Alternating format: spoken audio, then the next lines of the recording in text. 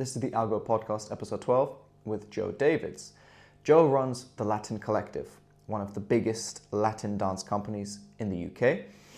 And amongst other achievements and events and whatnot, they have the longest, consistently running, unbroken Latin club night in the UK, Bar Salsa Soho, Wednesdays, Metro Latina Wednesdays. The company was established in '98. In today's episode, I pick Joe's brain a lot. I don't talk that much because he likes to tell his stories and I love to listen. We talk about his experience and origins with salsa dancing, how he got into it, the methodology behind how they structure their courses, what they teach their students, prominent figures in the salsa scene, and the history of salsa dancing, as well as some other bits and bobs. Lots of stories in this one. So I'm going to try and slow down the video in case he talks a bit too fast, but it was a great treat and pleasure to have him on. He's been one of the most influential teachers in my salsa development so far, and it's been a pleasure. So I hope you guys enjoy the episode. If you have any questions or comments, please feel free to leave them down below. I will link the details of Joe and the Latin Collective in the description below, and I hope you enjoy. Give us a timeline of what your dance life has been like. When did you start? How did you get into it? Your teachers? The salsa specifically, or the? Did you go into salsa straight away with dance, or did you start with? No, I was. hip-hop? I was years and years and years ago when I was younger, a lot younger, many years ago, the dawn of time, sometime after the dinosaurs, as my team would say. I was into hip hop dance at the early days of hip hop. And I used to be in a team with my friends of dancers. We used to, a crew, the Manor Park Posse, as we used to call ourselves. That's my part of London. And we used to travel around and do little displays in places like Alton Towers and so on and so forth.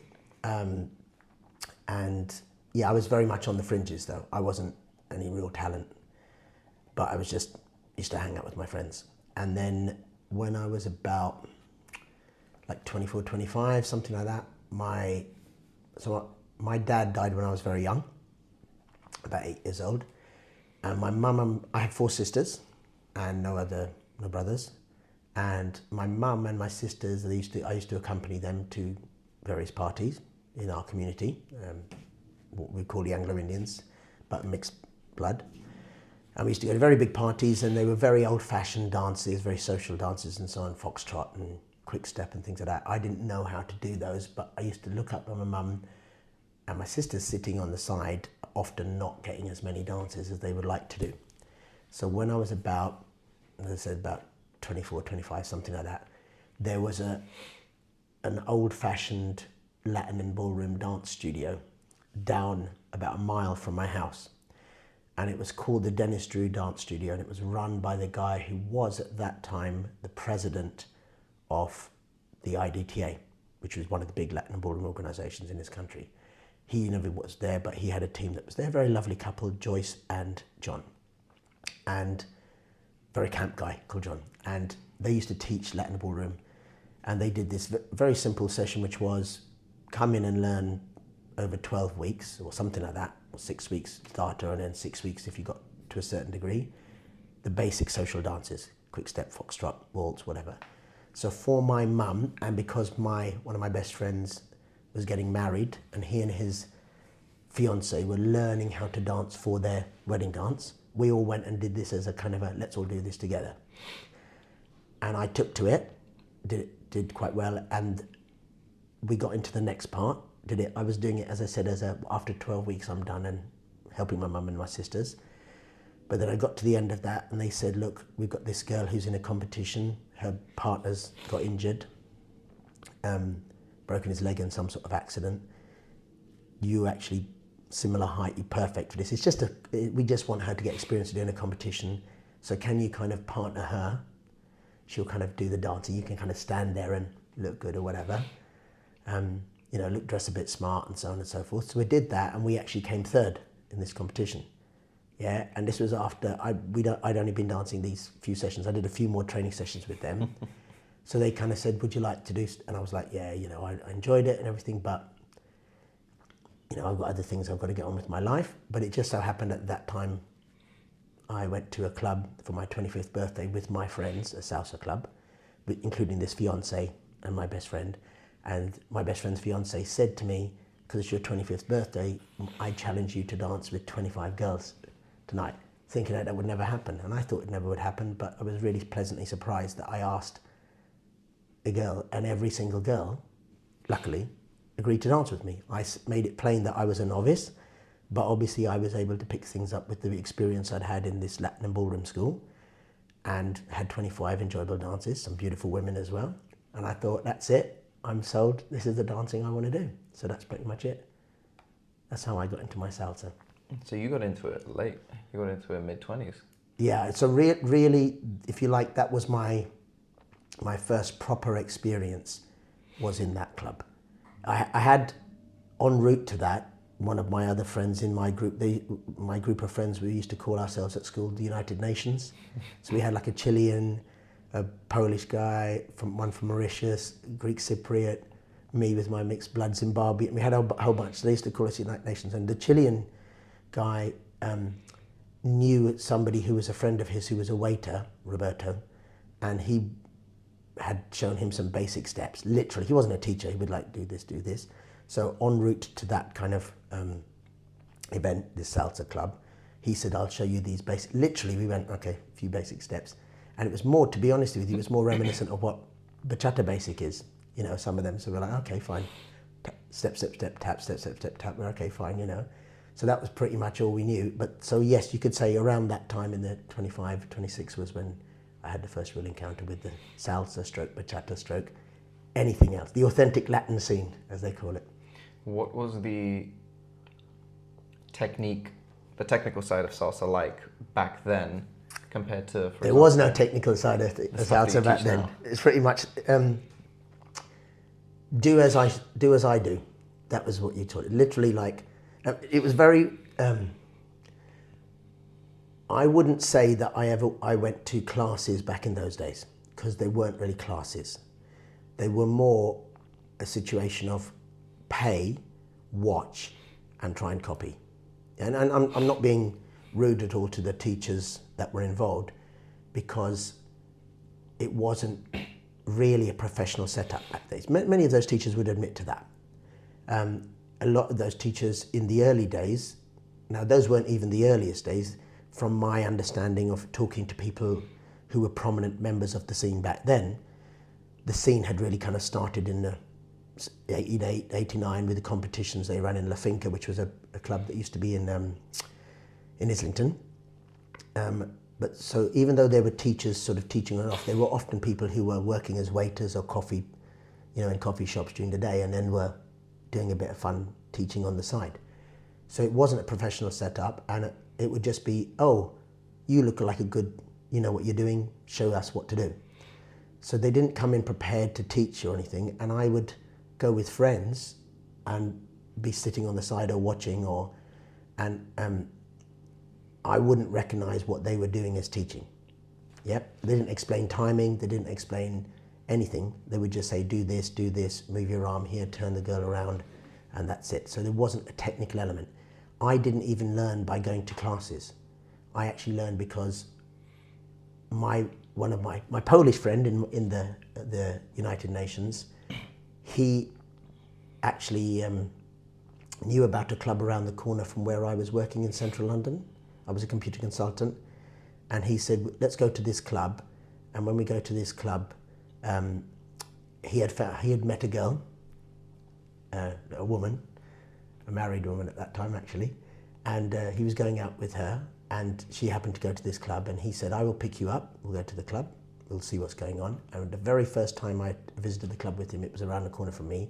It was a place called Turnmills in Farringdon. And, no, sorry, it was a place called, it was in Farringdon anyway. Turnmills was another place.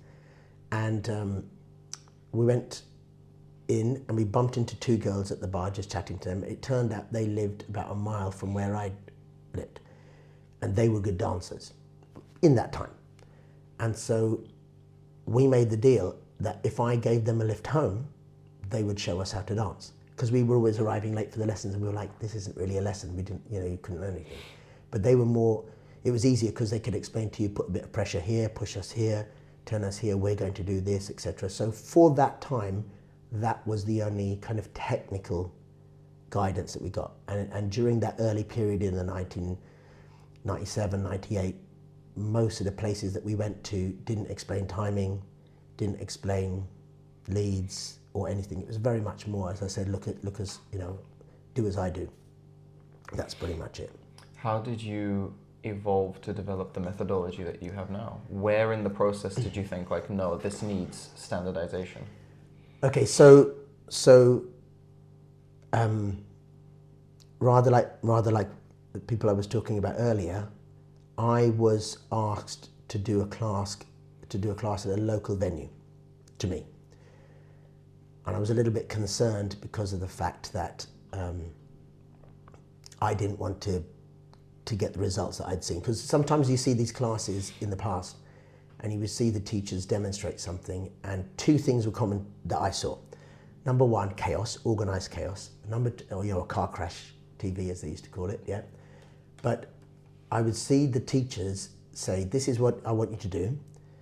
And then they would go through that particular stage, and some of them would get it. And then the teacher would say, right, we did this. And then you go, no, that's not what you just did. You actually just did something different to what you did. And so the students would look very, very bemused and confused.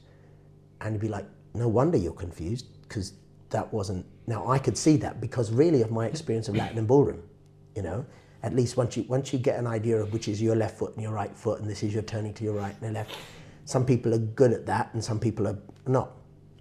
And it was understandable that these people got confused. So I didn't want to do that. Luckily, I'd had instruction from these two girls, a girl called Esther and a girl called Sarah. They were very helpful with that. But because of the training I'd had in Latin and ballroom, where they did explain in terms of beats, I wanted to do at least that. However, I didn't realize at that time, whilst my instruction was more correct in terms of beats, it wasn't correct in terms of the timing, as we understand it now. And it was only when, during the early stages of my career, about 98, something like that, very early in the days, one of my friends, as I said, this girl called Esther, who had helped train me, as a group we went out to a club called the Rheingold Club, which was very, very famous at that point in time. And it was run by a guy called Nelson Batista. Nelson Batista was the godfather of UK Salsa. That's a name that I gave him, by the way. And the reason I gave him that name is because we went to the Rheingold Club. It was one of these private wood-panelled clubs just off Oxford Street, and very exclusive, and you had to sign in as a member and all that kind of stuff. And we went through Velvet Curtains partners and all these amazing dancers, all the dancers we'd seen at some of the other clubs in London. They were really going at it and tearing up a rug, as they say. And we're like, wow, this is amazing. We started dancing. And then suddenly, the music stopped. Yeah, and I kind of like, what was going on? And I looked to the side, and this guy had walked in, looked like the godfather, with a jacket, very, very smartly dressed, suit and tie and so on, and then a jacket over his shoulders. And the music stopped, and the curtains parted. He walked across the dance floor, people kind of parted, went over to the DJ unit, got behind the DJ unit, somebody took off his jacket, and he went, and music started again, everybody continued dancing. And I was like, that's so cool. Yeah, and obviously we realized this must be this Nelson. And later on that evening, I was dancing on a dance floor and bumped into, literally, Nelson and his partner. And apologized. But luckily he wasn't that annoyed, and he said, oh, I've seen you guys dancing, you guys really good. I think it was more because he quite fancied the girl I was with at that time, and they became good friends. And soon after that, because Nelson got to know me and also what I was doing business-wise, we became partners. Okay, and so when we were going to these kind of places, because we built a reputation and because of who he was, the godfather of UK Salsa, in 1999 we got the invite to run the Bacardi UK Salsa Congress. So the Bacardi Congress in Puerto Rico was the biggest congress in the world at that point, 5,000 or 6,000 people going July or June or whenever it was to San Juan. And it was world famous at that point, and Bacardi had given them money to take the franchise around the rest of the world. So they offered us the chance to run the UK event together. That's when I found a venue called Scala at that time. That's where we ran the first ever event, the London Congress in 2000, and as part of the build up to that, we got the choice of selecting which teachers. And I had heard about this guy from the States that people were talking about called Eddie Torres. And I'd heard about his name, but this was the early days even of the internet, so people didn't really do a lot of research. There wasn't a lot of information about him, but I'd just heard from various people, this is the Manbo King, you've got to get him over. So I said, can we have Eddie Torres? And they said, okay. It just so happened that one of the people who came to the initial meeting was a guy called Henry Knowles. Henry Knowles was a DJ in New York. He used to advertise himself as the world's top salsa DJ, which is a name he came up for himself. And he happened to be a good friend of Eddie Torres. So we arranged as a build-up to that event to bring Eddie Torres out for 14 days at the end of 1999 with a view to then promoting the event in 2000. And I had a car and I used to drive him around to all the various events I organised. I very luckily found out that the moment I marketed the name, Eddie Torres, thousands of people were interested in coming and learning how to dance from him. He had been to the UK before, but was badly received by some of the teachers. He had vowed never to come again, but we persuaded him. He loved it. I got to know him very, very well. But on the first or second day, we were at a club, I think it was in Southampton at that time, and I was dancing on the side, and he said to me, I hadn't really had time to attend his first lesson, and I was just dancing socially on the side. And he said to me, Joe, he said, okay, what time do you dance on, Joe? And I said, I dance on 1. And he said, no, you don't. And I said, I do, don't I? Because here you go. And he said, yeah, but he said, you're doing an early beat turn, an anti-turn, and which instead of spins where I was turning the girl, it was a travelling turn. And you're now dancing on 3. And now you're dancing on 5. And now you're dancing on 7. Now, I hadn't realised because nobody was talking in terms of timing then. So at that moment in time, I'm the kind of person that I want to know. If I'm doing something wrong, I want to know. So I was very interested. So I was lucky that during that 14 days, as part of driving him around and running and organising these events, I knew if I didn't know this stuff, I should know this stuff. I wasn't teaching really a lot then. I'd only done that one class for fun. And so he was able to say to me, this is what you're doing wrong. This is the structure of your dancing. So I made a vow. Rather than take any lessons with anybody, because I hadn't done any real lessons with anybody except for these 2 girls, I would go and learn from him. And I made a vow, and I regularly went to New York to learn with him. I spent time learning during that time, the 14 days, and then I went to New York every year, every couple of years, spent some time in New York training exclusively at his studio with him, and built the structure from that. Realised how much we were missing in the UK, around the world and everything as well. So that's how I got my structure. Did the methodology then evolve after those 14 days that he went away, or the bulk of it was there? So when you go to the studios in New York, you realise how much more organised they were in general. I mean, don't get me wrong, they weren't perfect, nobody was. They were still evolving their scene as well. But they explained things in terms of timing. They would often have musical instruments there. He would break down the musical instruments, explain what you're listening to, what you're dancing to, why you're doing your beats like this, why you're stepping on. For example, in Latin and ballroom, they talk about a ball change step. They talk about putting your weight on the ball of the foot and then changing direction. That sort of explanation was never given in any of the technical elements. Now, I could see people doing it, but not explaining it. So it wasn't really a case of doing as I do. It was often do as you think I'm doing.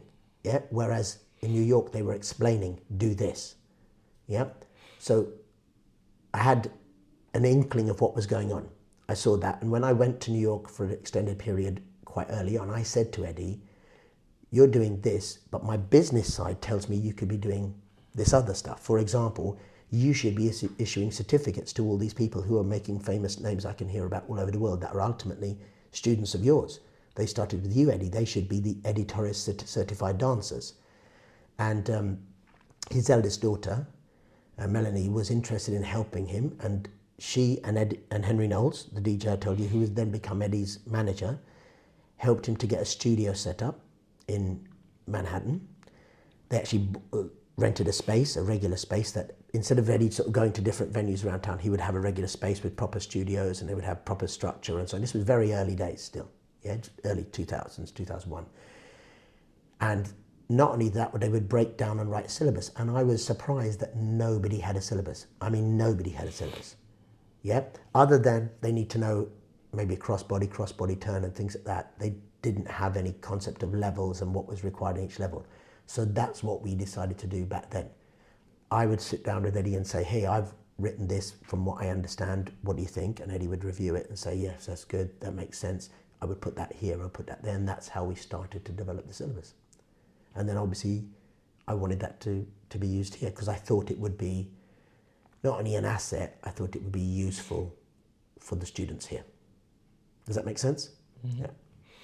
So, for example, level, because you've got half levels as well. It's not just 1, 2, 3, well, 4. no, actually, okay. Is right. this kind of just like ad lib that you throw in where it's like it's kind of in the middle, or is that part of the Okay, methodology as well? Any division that you make of levels is an arbitrary choice. Nobody. So I've judged multiple times at World Championships. I've been asked, luckily enough. And when you judge there, you're given certain guidelines, like, okay, connection has to do this, the timing has to be this, the weight has to be that. If they do certain percentage of aerials, you have to deduct so many points. That's very, very formal guidelines for a straightforward setting because it's a competition. That makes sense. Dance is an evolving thing, just like languages. So what people dance now isn't what people danced 20 years ago. It possibly isn't going to be what's done with the Bachata scene, with the Zouk scene, Kizomba, etc. Different dances evolve. So anything is an arbitrary choice. So what we dictate level 1 and level 2 is how many levels we have is again an arbitrary thing. However, it was reasonably common back then to have a beginner's level, what people would often call an intermediate level and then an advanced level. That didn't make sense to us because a lot of people would think, oh, beginners might mean 2 weeks and then I'm going to jump up. And so we'd have these arguments about it. So first thing we did was we said, okay, you need to do at least a certain number of lessons. Yeah. Second, we obviously then turned around and said, okay, let's make sure that certain techniques are understood. Cross-body. I'm using cross-body as an example, of course. Cross-body, a cross-body turn. Okay, the cross-body turns inside 1.5 left, outside 1.5 right. These were the technical names that were coming to me. Okay, they need to know that, they need to know this.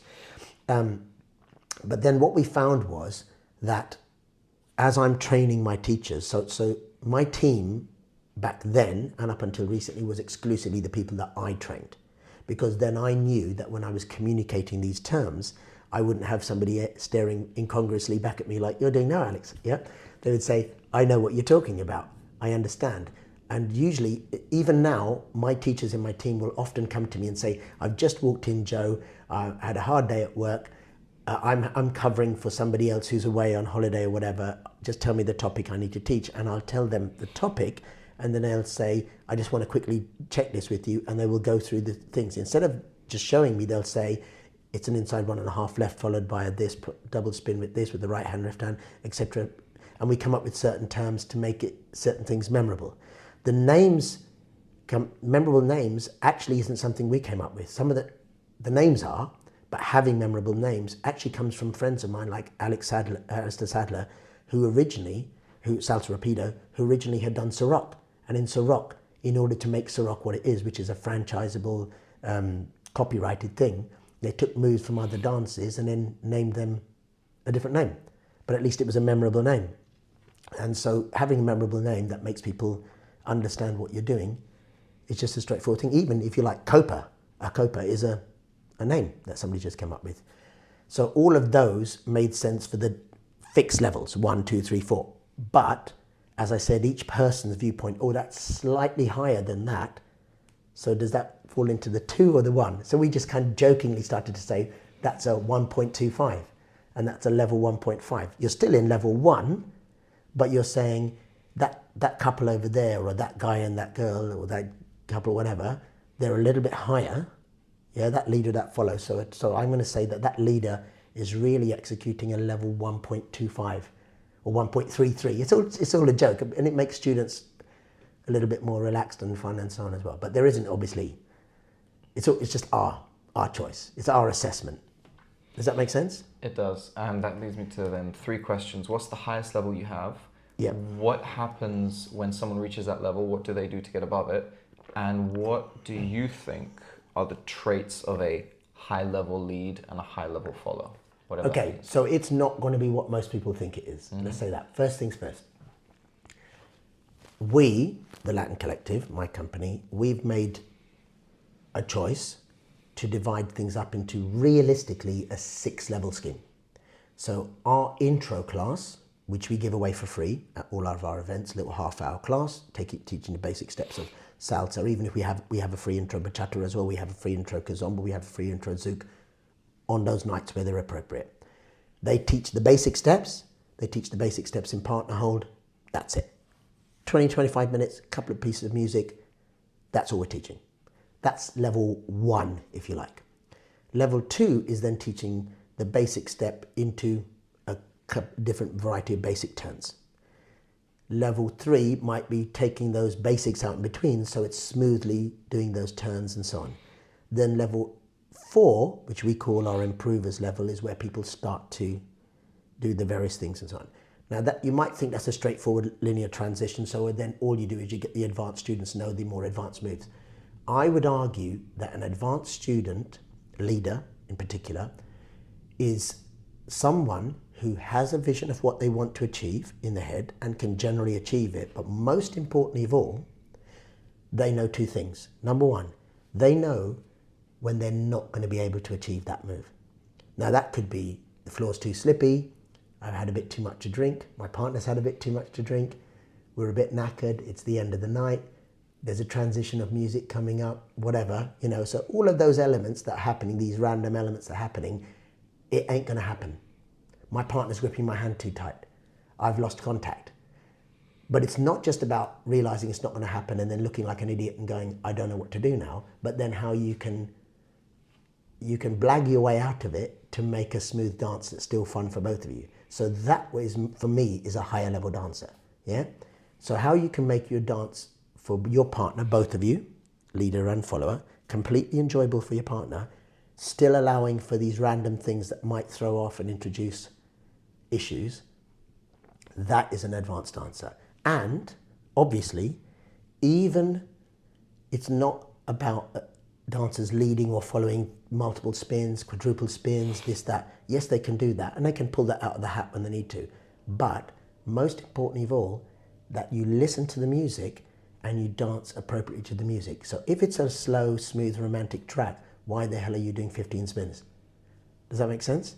So if you can do those 2 things, recognize when something isn't going to happen and come up with a solution that's going to make it still an enjoyable dance, and be able to interpret the music to make that dance look beautiful without having to pull these cool moves out, then those are advanced dancers for me.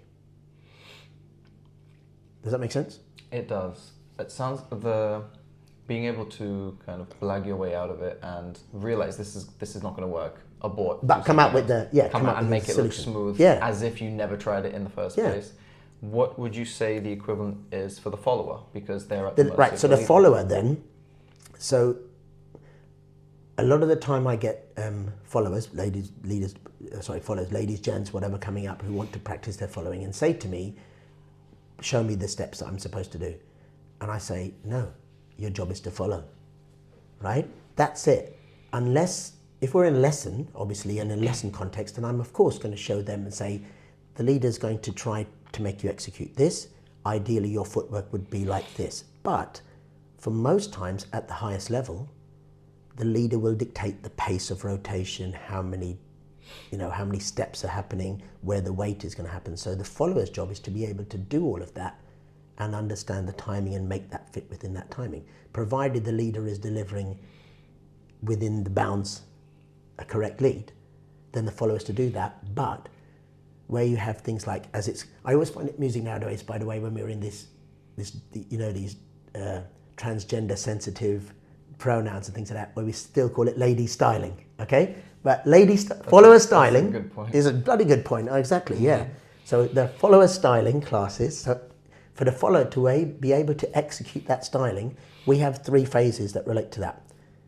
Yeah, use it or lose it. You've got these 3 or 4 beats. Do your styling, be done. I'm ready to lead something else. Yeah, less is more.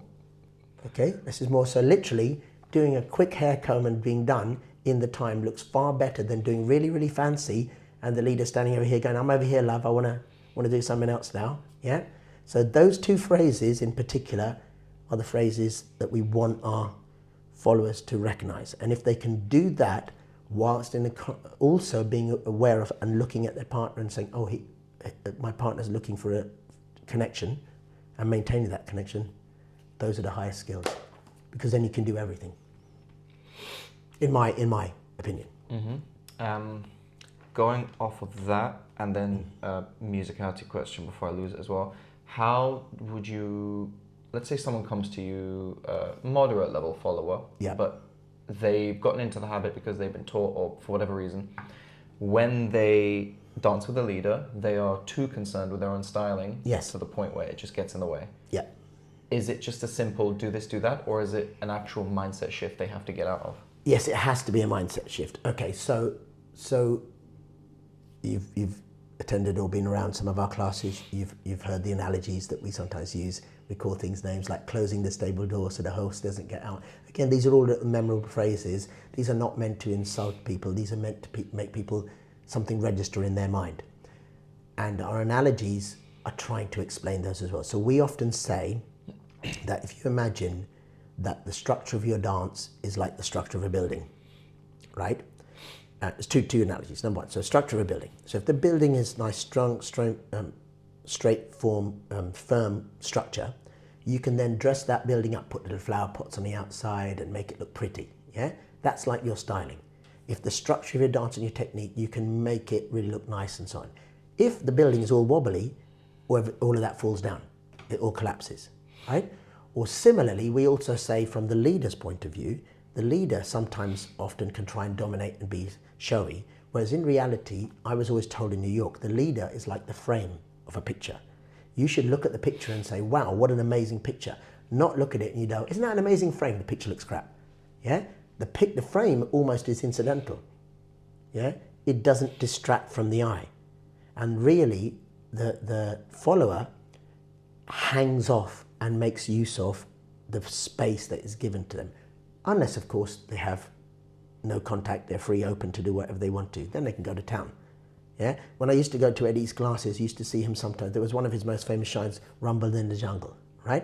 And this is Eddie, a big guy. He'd put on a lot of weight in those early days. He'd injured himself, and that's why he was sat down and so on. And you think, okay, this guy can't move. And then he'd get up and show you Rumble in the Jungle. He'd be doing his basic, and then he'd go, right, he'd call the shine. And suddenly you'd be like, oh my God, is this a different animal? Have somebody given him something in his water? You know, could have been actually with Eddie back in those days. And Eddie would do something and he'd be like, I can't do that. I need to get the animal in me. That's the whole point about the Rumble in the Jungle. You're letting your animal self out. Yeah. And so very much within the limits, you give them those sorts of contexts and they see somebody, for example, like Eddie doing that. And then I think it can readjust the person's mindset and they can kind of say, okay, that's cool. When I'm in partnership, I do this. As I said, use it or lose it. Less is more. And those analogies. And I'd hope that people would be able to see what we're saying and understand, to pull it in a bit, love, as we say. Does that answer your question? It does. What would you tell, or no, have you ever seen cases of leads that take that phrase too literally, that we have to be the frame that holds up the painting, so much that majority of the attention I think should be on the follower because they have the picture, but for example, for myself, about 1.5 years ago, there was this video recorded, Bachata at the time. I was really proud of it because it was like a milestone moment. It's one of those where you watch it and you think like, I've made noticeable progress, so you feel good.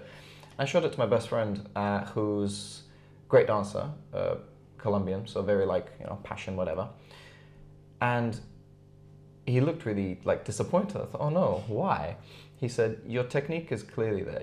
You've improved, but it looks like you have just become a prop for her and you are not actually there enjoying yourself dancing either. Yeah, but that's possibly because he's relating to your facial expressions, right? No, because my face at that time would always be kind of just deadpan in whatever dance I would do. I think I've never seen that in you. I've always seen you looking like you right now. That's me now. Okay. Back then the face wasn't a factor. I think he was going off the energy that he could see me giving off in the dance. Right. So there's a very famous dancer and teacher, still around now but less prominent now, called Felipe Palenko. He used to be working out of France. He was based in France for a long while. He's danced with some beautiful dancers like Ariel, who was one of the dancers in Paris. He's a very traditional Puerto Rican style on-two dancer, right? And what I mean by that, a different timing to New York. So same step pattern, but exactly the opposite to New York. So the man is breaking forward 1-2 on his left, 1-2, right? Is that the difference between? Yes, Puerto Rican and New York, so it's the difference. So they break forward, New York style break back. I've been wondering about that for so long. Okay. And but also stylistically, you will see some of the original Palladium Mambo dancers, Freddie, Rios and Frank Morales, was it? I can't remember his name. Anyway, they would often dance. You know, Michael Jackson used to have those gloves, right? And you used to see Puerto Rican, some dancers used to wear gloves in their shows, and they'll do this very kind of like strict, hands have to be like this when they're doing their shines and so on. And very formal. Why? Because they're wearing a suit. Now, Felipe Palenko was like the most impeccably dressed dancer I've ever seen. He would come in stylish, upright, handkerchief in his pocket and so on, always matching, never had a tie, open shirt and so on, but amazing. I was like, where the hell does he get those outfits from? But, he looks amazing. And he would dance, and his dance was not, oh my God, it's out of this world. It was beautiful. I've never seen him dance and do a show with a partner that wasn't smooth, elegant, precise. So I could imagine your colleague, your friend, saying, oh, he doesn't have passion. But anybody who watched him dance, because he was upright, his posture was very rigid and framework. However, where he showed his passion was in his shines and so on. So there was no doubt that anybody could have that he and his partner weren't both being musical, weren't both exploiting and showing off the dance. And to be fair, the music that he chose was mostly slower stuff. At the same time, occasionally there would be a slightly faster track with a more dramatic, and then like Eddie Torres, he would be doing his basic and then he would drop the shine and he would go to town a bit. But with Felipe, going to town was a couple of steps down the road rather than going to the next town, as it were, if that makes sense. Yeah? So, yes, everybody's different. And some people are inherently, that come to classes, everybody comes to class, want to learn something. I get worried that sometimes there is an obsession nowadays with style over substance. Do you know that phrase? No. Yeah? So it's a very old English phrase. It simply means it looks great. But when you then, when I first started dancing in that club in Farringdon, first time I went there, and these two girls, Esther and Sarah, I met them, and myself and my Polish friend Waldek, and we were standing there watching through. They used to have these arches to the dance floor. It was an underground club. And I was watching this guy, he's still on the scene, so I won't name him, yeah? And at that point, this is 98, yeah? We were like, wow, this guy's amazing. But we had done nothing. We'd done no salsa at all at that point. So we were like, wow, this guy's really amazing. He's 10 minutes with the girl, he's doing all of these things, he's smooth and everything is really, he's a muscly guy, looks amazing. And I was like, okay, all right, we're never gonna get to that. Then we got to meet these two girls. Within 6 weeks, we were looking and going, yeah, he's messed up that, footwork's that, whatever. So everybody's different. There's gonna be people that they have 2 left feet. They're gonna come in and all they want to do is to nail it and make a lovely dance for their partner. Now, it could be that your friend might look at them and go, they have no real passion. They look like they're a prop for the girl. But if that girl's having a great time, or that follower, I should say, is having a great time, and they enjoy the dance, and people looking from the outside say, oh, they dance really well together, that's it, right? If they're happy, I would much rather have 2 people that have a great time rather than say to that guy, hey, you need to do this and you need to do that, you need to put a bit more sauce on it, get a bit more funky, if that's not that person's thing. Does that? It does, and that's actually a good point, because now that I think about it, I'm comparing it to when he dances, and because it's like in his Latino blood, probably, it's always crazy. Crazy. But what I was getting at is that the attention is typically on him, even though it's called peacocking, isn't it? It's peacocking. Yeah. Right. Okay. I'll give you another thing. So I was judging in the World Championships in Miami years back, and the people who ran this, Billy Fajardo and Nelson Flores. So Nelson was saying to me, "Oh my God, look at this, Joe. There's this amazing Italian kid. He was 14 at the time. Again, I'm not going to name him, right?" And he was like, "Yeah, I was really, really talented, but he's 14 years old. He's a little bit a diamond in the rough around the edges, right? But he was crazy. He was doing crazy stuff because he'd seen all of these older guys doing stuff, and he wanted to show off, right? It was fun. So a couple of years later, I'm in Spain, in Malaga, or Buenos to be exact, in a place called Atrevete, which is a very famous club in that area. And I was at the festival that we were involved running. We would take some people out from a holiday, 250 people. We had a festival, we went to this club. And Michael's there. Sorry, I didn't tell his surname. This guy, young guy, right?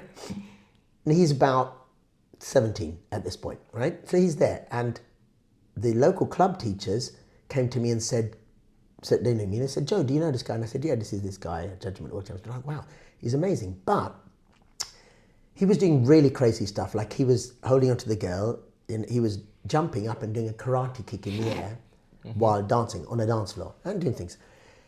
Now, that wouldn't have been bad if he didn't kick somebody in the head, right? Now, he did kick somebody in the head, right? And so a couple of times on the dance floor, there were injuries. Similarly, back in the day, there was a dancer, again, prominent on the scene, very well known, very, very famous, based in London. And people used to say, "Oh my God, he's a top dancer in the country." I said, "That's great if it wasn't for the fact that half the girls who dance with him walk off the dance floor with a bloody nose or a black eye, because he's not watching what he's doing. He's peacocking, he's showing off, he's pulling the girl into his elbow." Now, if your thing is, I know originally the whole origins of these dance forms were, you know, people showing off fertility dances, you know, the slaves and so on and so forth, doing their whatever they're doing, and the guy showing off and so on, and the original Cuban roots. But that was before it got into the dance hall, and got into dance hall, which was the formal thing. Once it became a partner dance, when it's solo, you can do whatever you want to, and I can do whatever and we're not going to kill each other. But the moment we touch each other and I lead you, there are some rules. Number one, I'm not supposed to break your arm. I've seen that happen on the dance floor. I've seen a guy holding the arm too tight. He was a little bit drunk. He went to turn under the arm, literally broke the woman's arm. Wouldn't have been so bad if he didn't keep hold of it afterwards, because he was drunk, didn't know what had happened. She was screaming in pain, but over loud music. We actually had to run onto the dance floor and stop him dancing. Obviously, she went to the hospital. So, do you know what I mean? You could say that your friend is right, that the guy should be a bit more showy, but if it's at the expense of killing your partner, we like to keep our ladies alive at the end of the night, or the followers alive. So if you could be showy but not have any injuries at all, then it's fine. That's why we have rules in dance. It's partner dance. In a disco, provided there's a 6 foot clearance around you, you can do whatever. You can see all these shows where you see like John Travolta in, you know, I'm using him as an example on a film, right? Or any of these Step Up and all of these kind of things. And you go, "Oh my God, that guy's a dancer." Yeah, he's a solo dancer. Put him next to a partner. I've seen people who are like in these films, they're like, "Wow, that guy's an amazing dancer." They put them on Dancing with the Stars and you're like, "Yeah, really a bit rubbish," because they're not paying attention to their partner. So that's the principle of partner dancing is it's a partner dance. You first and foremost protect your partner, follow those rules so nobody gets hurt, and then you can dress it up all the thing. Once you know how to do that, you can add the flower boxes on the outside of your structure. Yeah, in my opinion, again. And I think sometimes that can be lost. Those flower boxes that you can add, do you think something like, are you familiar with smooth bachata? I've heard of it, and I wouldn't say I would not. From my understanding, it's a new one that's being born in Spain, obviously, with Pablo and Raquel. Okay. I don't know how you pronounce her name properly. But from what I understand, the emphasis is on the leader has to also do the movement he wants the follower to do. So, for example, a lot of the time, instead of if we're doing lateral waves, the leader will just use arms, but then in smooth, it's like you do it with them. Do you think there is potential for that to go overboard? Okay. So during our classes, in the earlier, at the mid levels, once the ladies are learning to do their multiple spins, there's often moves in salsa where you're doing a spin for your partner, whichever arm you're leading. It's a double right spin in New York style or crossbody style for the partner, for the follower. And then at the end of that, we explain to them, again, talking about the levels we were talking about earlier on, use it or lose it. So if a lot of emphasis back in the day, at the end of the 90s, was put on how many spins can you do? Oh, I'm a high level dancer, therefore I have to do 3 spins. I'm a highest level dancer, I have to try for 4 spins. No. Listening to the music, it's a romantica song, so maybe a double spin is all you need to do, but lead it as a double, right? Or lead it as a triple if that's what's appropriate. But if it's a double, your follower now has half a beat or 3/4 of a beat extra to do some styling. For example, a body roll. Now, why am I telling that? Because it used to happen, when we were teaching it particularly, that we would do the girl would then do a body roll down, and we noticed that lots of the guys were then mirroring the girls. So we used to say to the leaders and the followers, we used to say to them, by the way, leaders, try not to do this, and we demonstrated it, because when you do this, you look like 2 dolphins making love, right? And they did, but they didn't even realize they were doing it, because they're watching us, and they're mimicking the follower, and they're going, okay, sort of, oh, okay. And it just looks a bit weird. So yes, I think there are some appropriate times that would work, but if we all went around doing that, Cali style dancing, it's appropriate to mirror your partner within the bounds of you're the leader, you're the follower. But you're effectively saying, I'm doing this, try and match me. That's kind of the context, right?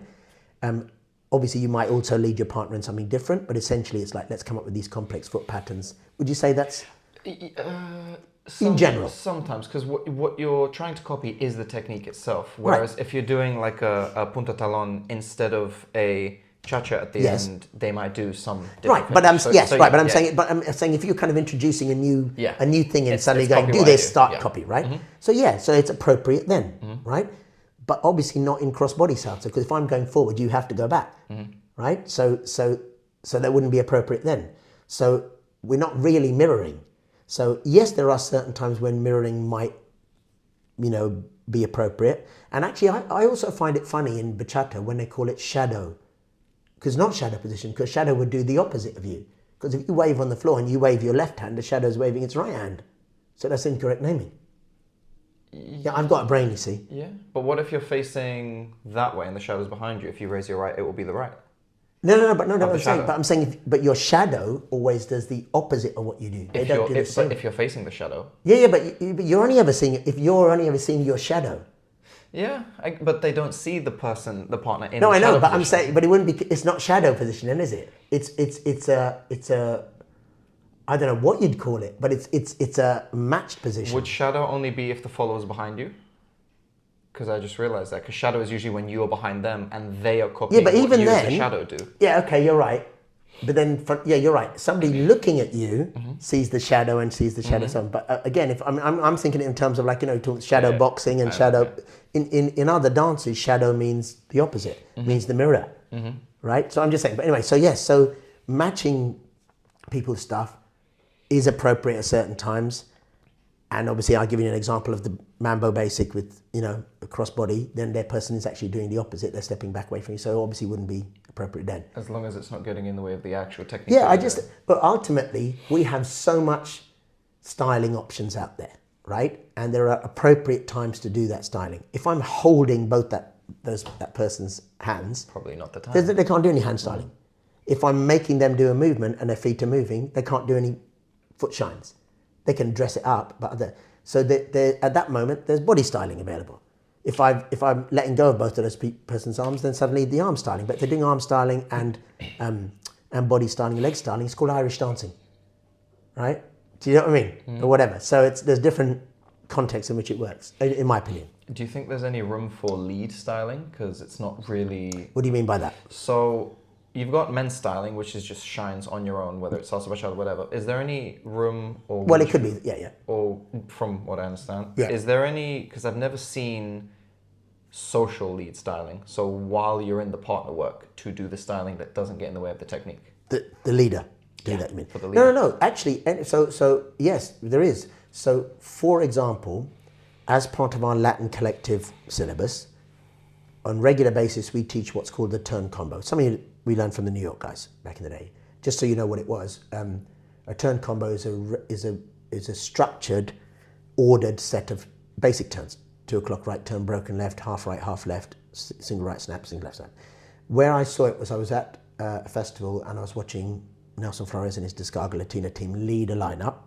And during the lineup, instead of just calling shines, he called turn combo.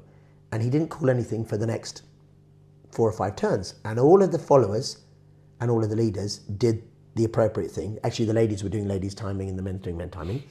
And all the ladies did the right styling and all the men did this. And I was like, wow, that's really cool. So I'm just setting the context. So we teach the men's turn combo and the ladies' turn combo.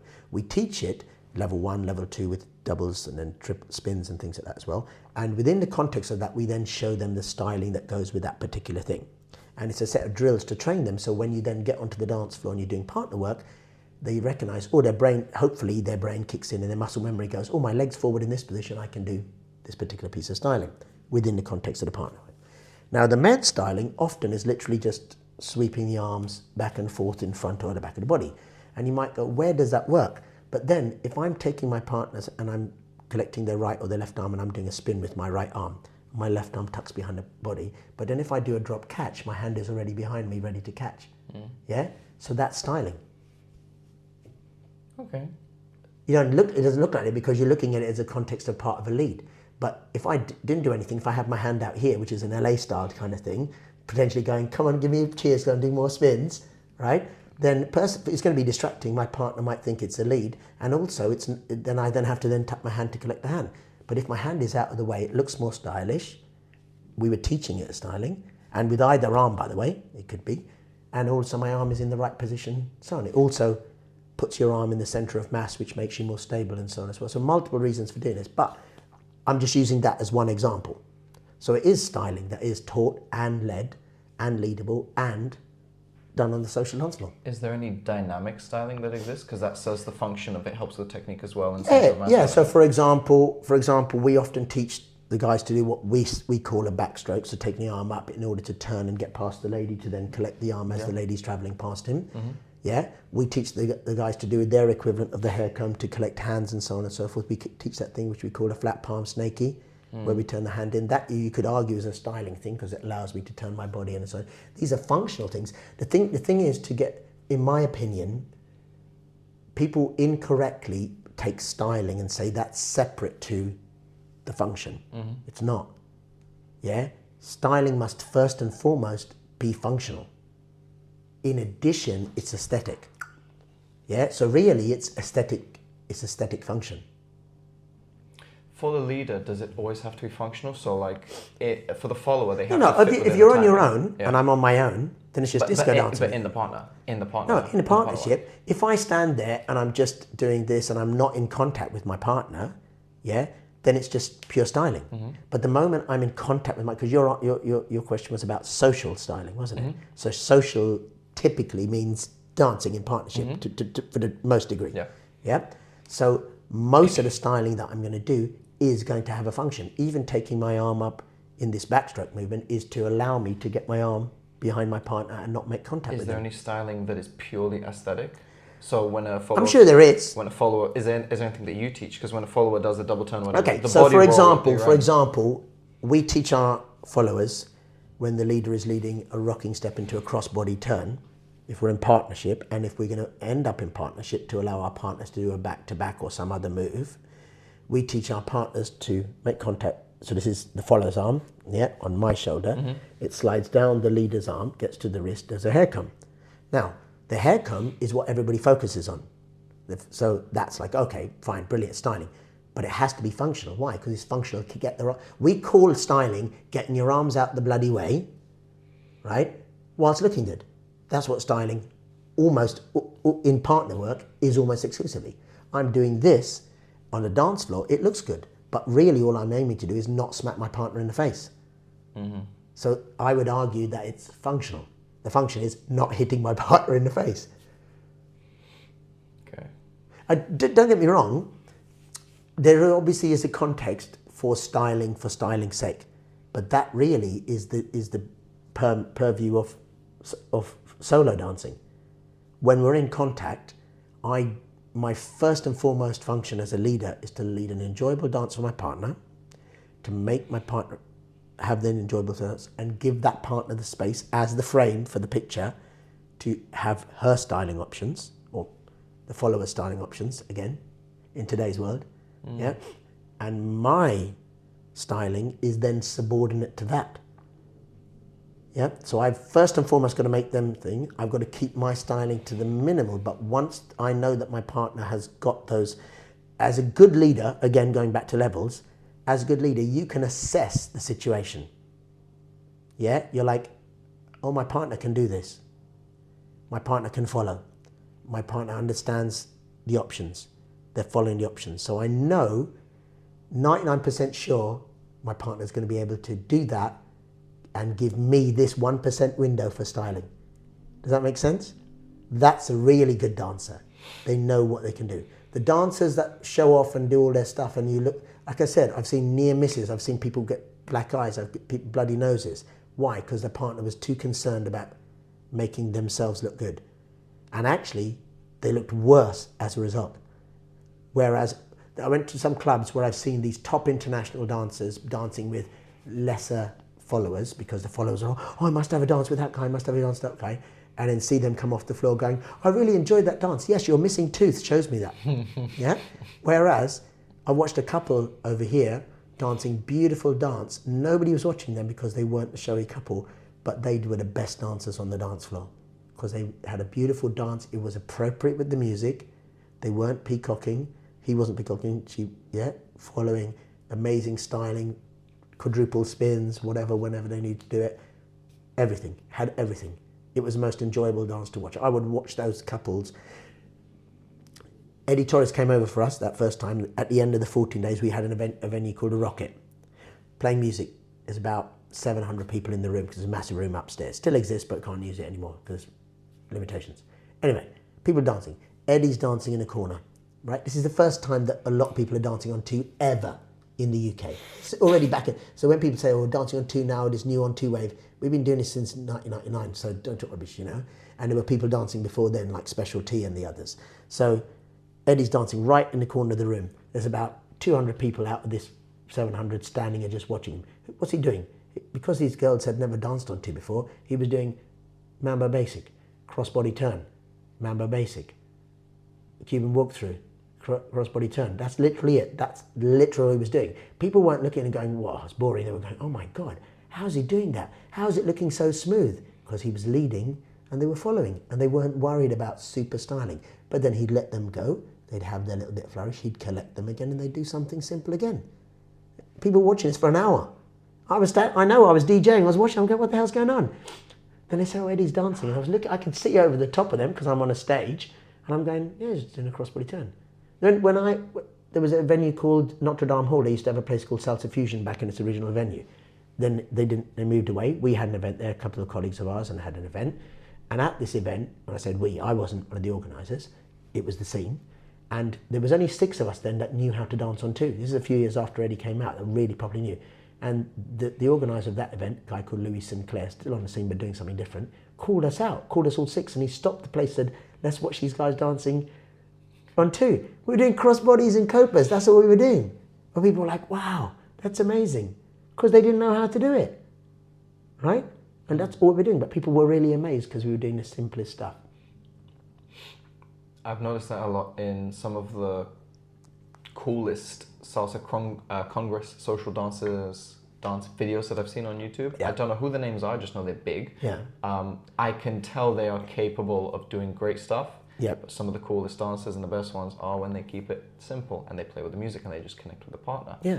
As a quick side tangent question, because I remember you talked about it in a lesson months ago, are there certain rules to recollect the follower? Or guidelines to follow? Okay, so guidelines, yes. Okay, so we live in the UK. Yes. The UK was formerly part of Europe. Yes. I used to teach a lot in Europe. And a lot of the people I taught in Europe were in the Nordic countries, Scandinavia and so on. It is a truth, that those people in those regions tend to like rule-based learning. Mm-hmm. You will, one of my teachers is Latvian, but of Russian ethnic origin, and she was we used to take her on somebody's trips, and she used to make us laugh. Her name's Olga, and Olga Rybaka, for everyone, right? And she would say, "You will do this. You will do this." Now that was her structured English, but people used to go, "Oh my God, Olga, yes, sure, we'll do that," right? Perfect for our lessons. And the people loved her there because they would follow those rules, right? So we call them rules. They're not rules because this is a dance. There is no formality. Salsa and bachata, despite what anybody says, is not a structured dance form. Yeah, there is no guideline other than what we've been trying to introduce for the last 27 years with Nelson Flores and Eddie Torres and Billy Fajardo and all of those people around the world, Mikko Kempe in Finland and so on, trying to produce rules that people would at least follow with structured syllabus. We've been trying to do this for so many years, and literally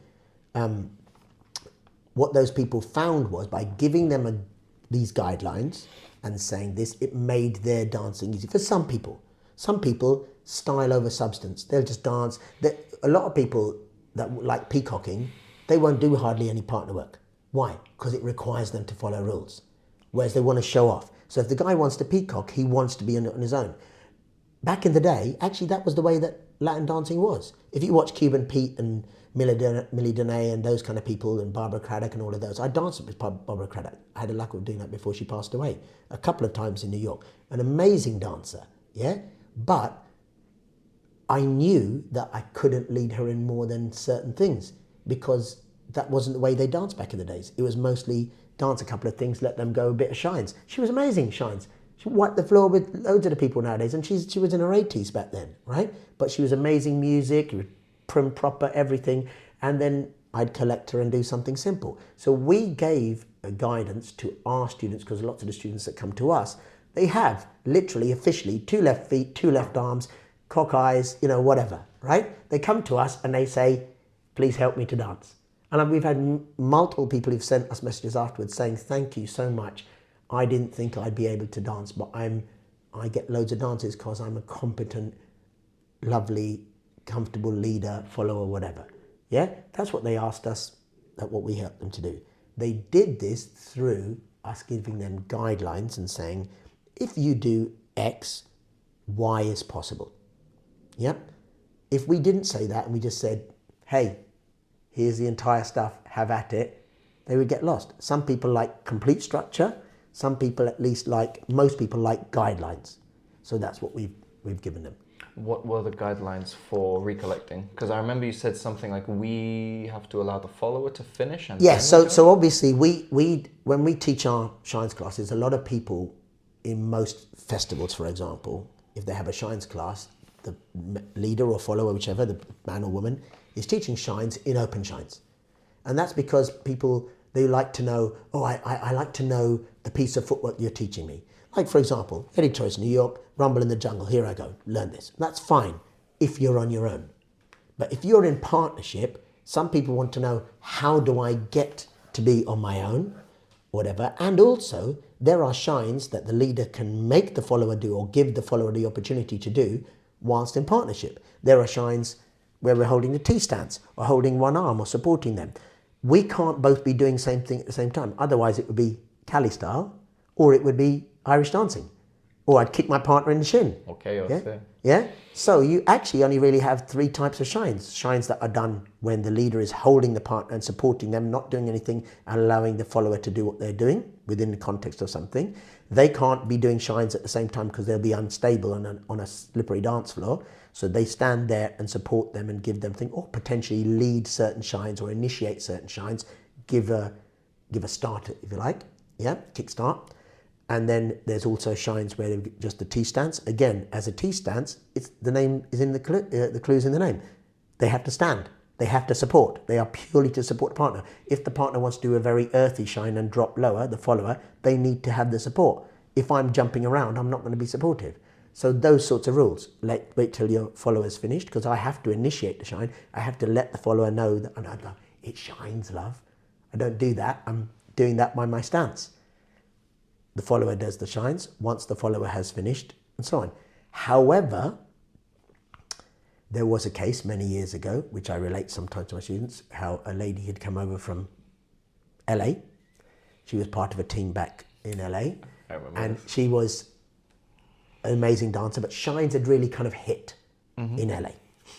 And they were new to us, but I knew about them, and so because we knew the scene a bit more than the locals here in UK, she was visiting us. We picked her up, my colleague Valdemar, my friend. I used to leave my car with him because we were good friends, and he would drive around and I would go and do stuff. I was traveling because my computer consultancy was my job at that point, and I was actually abroad.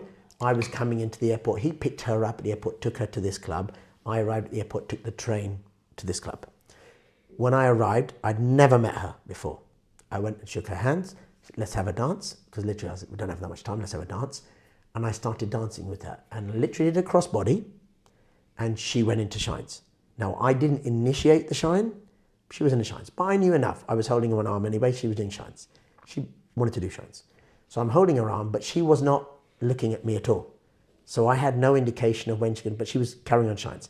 Now, 1/8 count, 2/8 counts, 3/8 counts. Now, I was very close to the edge of the floor.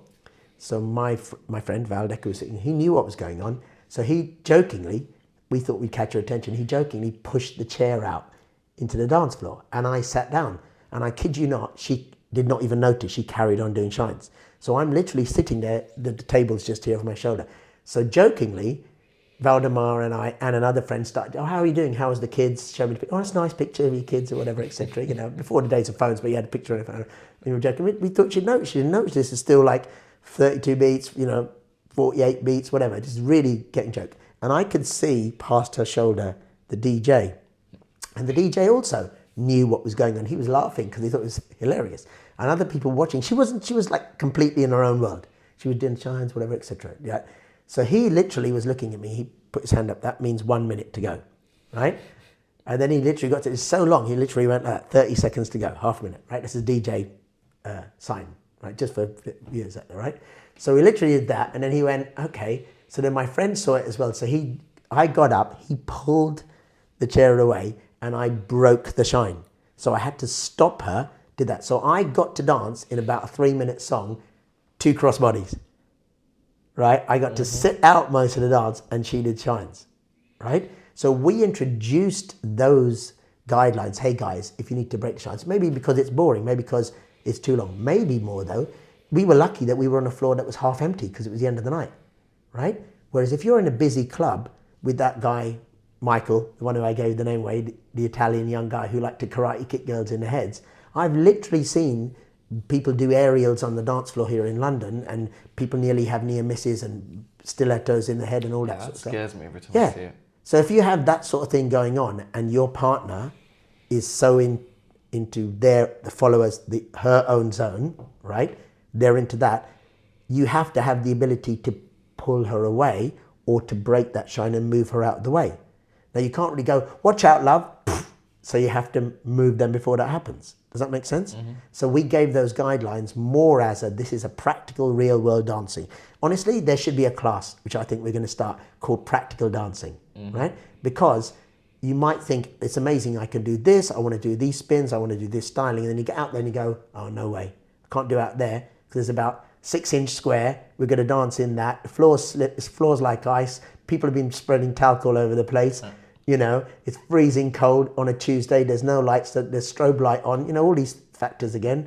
So this is the practical. This is what you're going to do. This is what you can do in these scenarios. Why do you think so many social dancers, because if common sense was common, it wouldn't be called common sense. But, yes. But how do they not realize? Like, how do so many people have such a lack of spatial awareness, such a lack of concern? Because they're not taught it. But can't they figure that out? No. Like, we're dancing in a crowded space, maybe I shouldn't do this. No, here's the thing, right? It's just a plain and simple fact. Most teachers, I'm going to use that again, all over the place, they're not qualified teachers.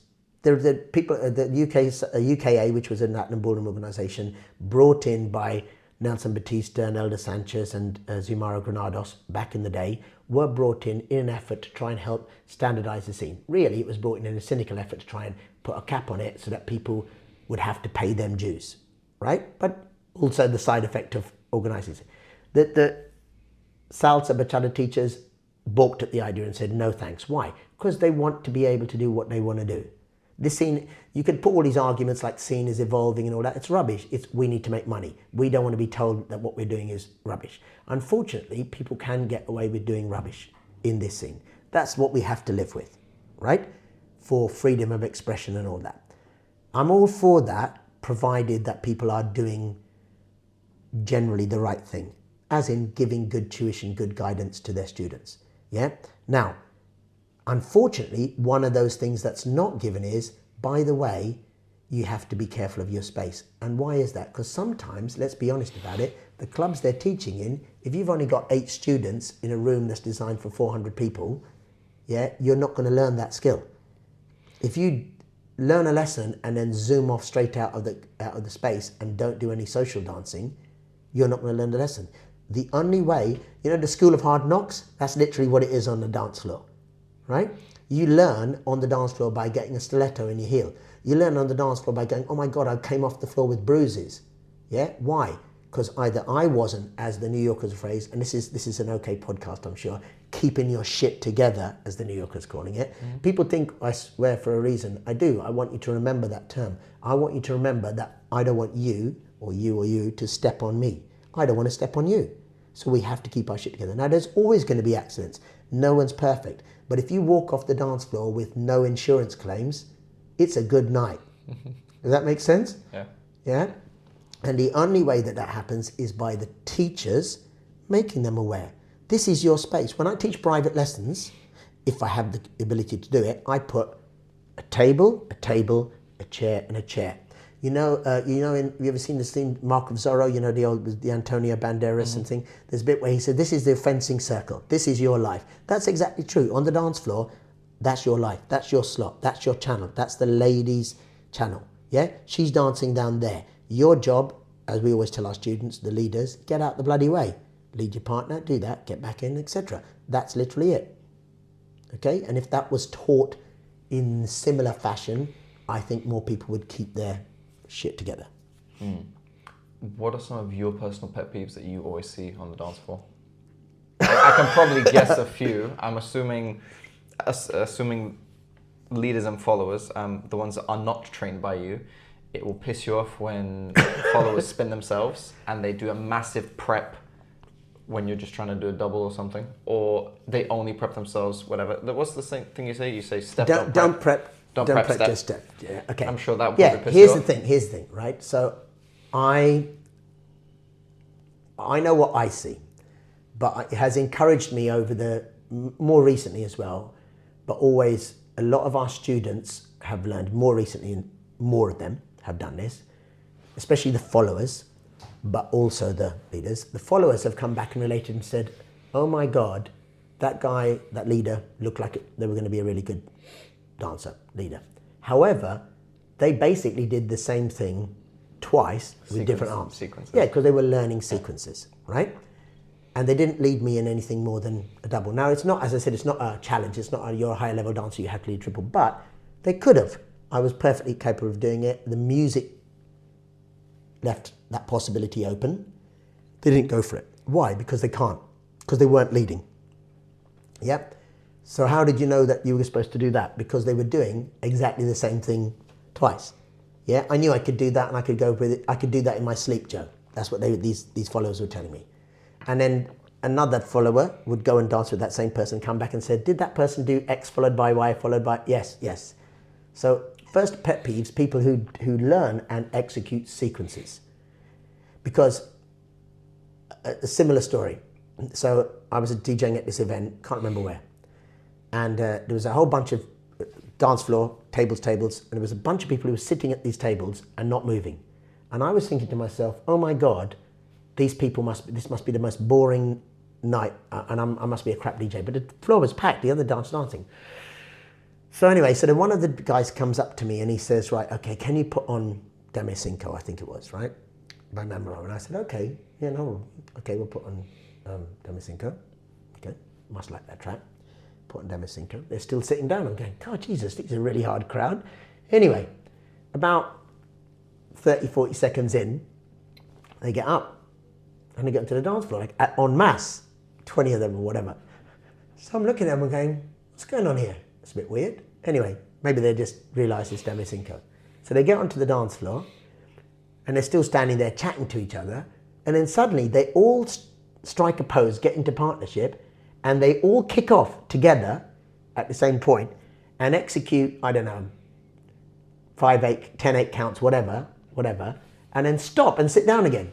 And I realised, because obviously I just saw them, it was like watching a choreography team, whatever, realised that they had learned that sequence to that music, yeah? And so for them, they, and even Sorok, we had an event where we were working alongside Sorok, and they learn certain sequences to certain music. So they would always come up and ask us each night for these tracks, and they would only dance those things to that tracks. And I, very early on in my career, so I kind of went, I don't ever want our students to ever do that. I want to be able to put on, I have like 20,000 tracks. I don't want to play 20 of them. I want to play 10,000 of them, right?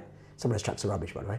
But you want to be able to play anything and have, again, in reference to your question earlier about the levels, an advanced dancer can listen to a brand new track and can still kind of go, I can feel the energy, I can feel where this track's going, I can feel this motif coming up. So my mind's vision has come up with, a plan, right? My mind's eye, has come up with a vision. I want to execute that. I'm going to try and lead that. Yeah, I hadn't thought of it, 20 beats ago or whatever, but I've come up with it, so I'm going to do this. And in order to do this, I know I need to do X, Y, and Z, and hopefully my partner can dress it up nicely. That's what I'd like my partners to be able to do, within the context of keeping their shit together. Yeah.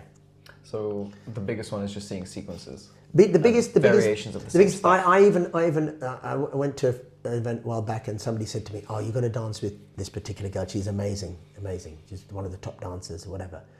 And I went to dance with her, and I was leading her just in a triple spin, but I was keeping her on the hands. She would not do more than a double. Why not? Because she had just only learned to do doubles. Yeah, she was setting herself up, and I was like, I was plainly giving her the momentum for a triple. Yeah, I was starting my lead early to triple. Then she, was looking at this like, blah, blah. And I went out, and then somebody else asked me to dance. I was doing triples, quadruples, whatever. Whatever. I'm not saying that's not about the level, but as appropriate. But the point was, I was giving the same lead to this other person who had learned technique. She was doing whatever I wanted her to do. I was leading this girl. This girl could not do more than a double because she was using her own momentum. She was leading herself because she had learned in the context of leaders who did not lead her.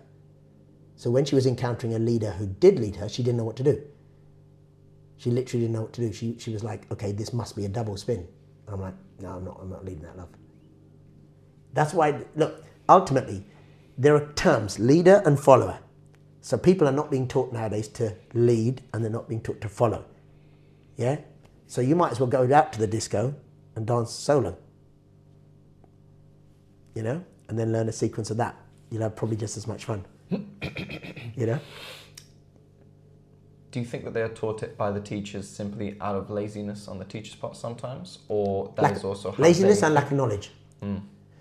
So you've heard me mention this dance, Sorok. You know a little bit about. Okay.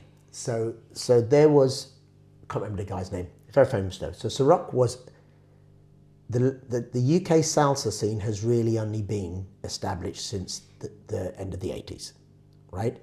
Clubs, as I said, like La Finca, clubs at the Rocket and so on as well.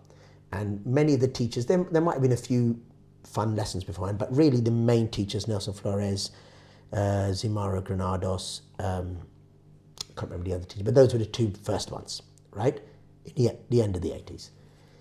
And around that same time, there was another popular social dance. In fact, it was way more popular.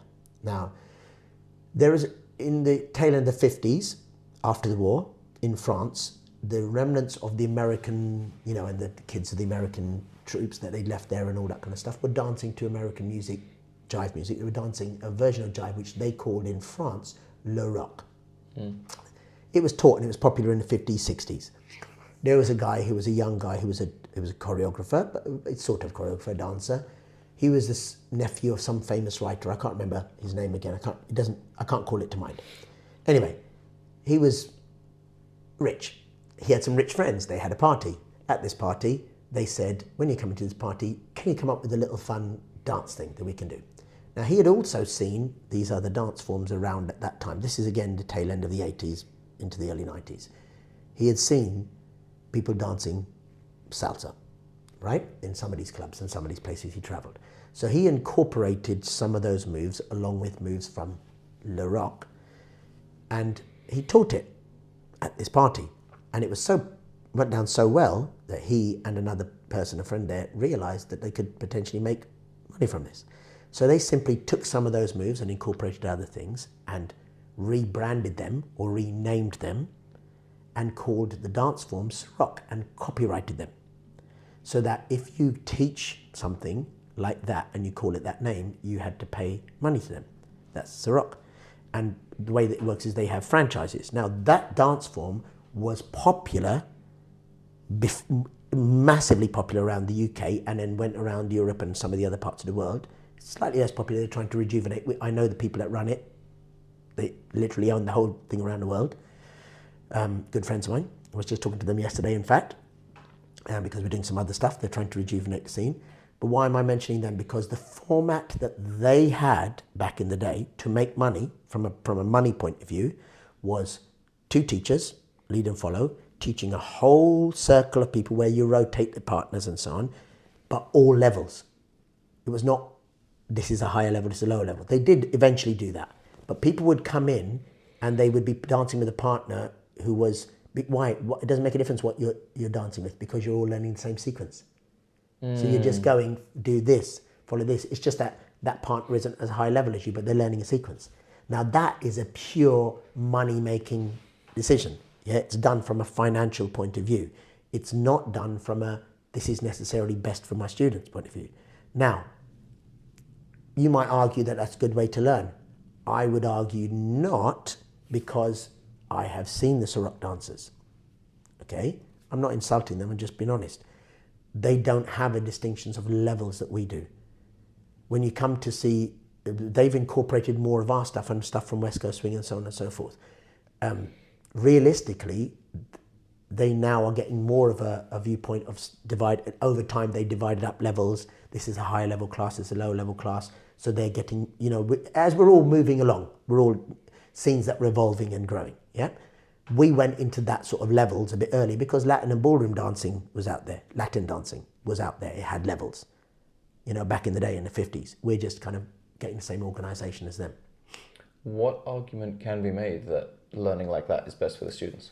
Levels or sequences? Sequences. Because you said some might make the case that is better for the students, but how? No, money point of view. That's a money point of view. Yeah. It isn't better. There's no way in God's earth that learning a sequence is good at all, because okay, Latin and ballroom dancing. I said I had an interaction with Latin and ballroom dancers, right?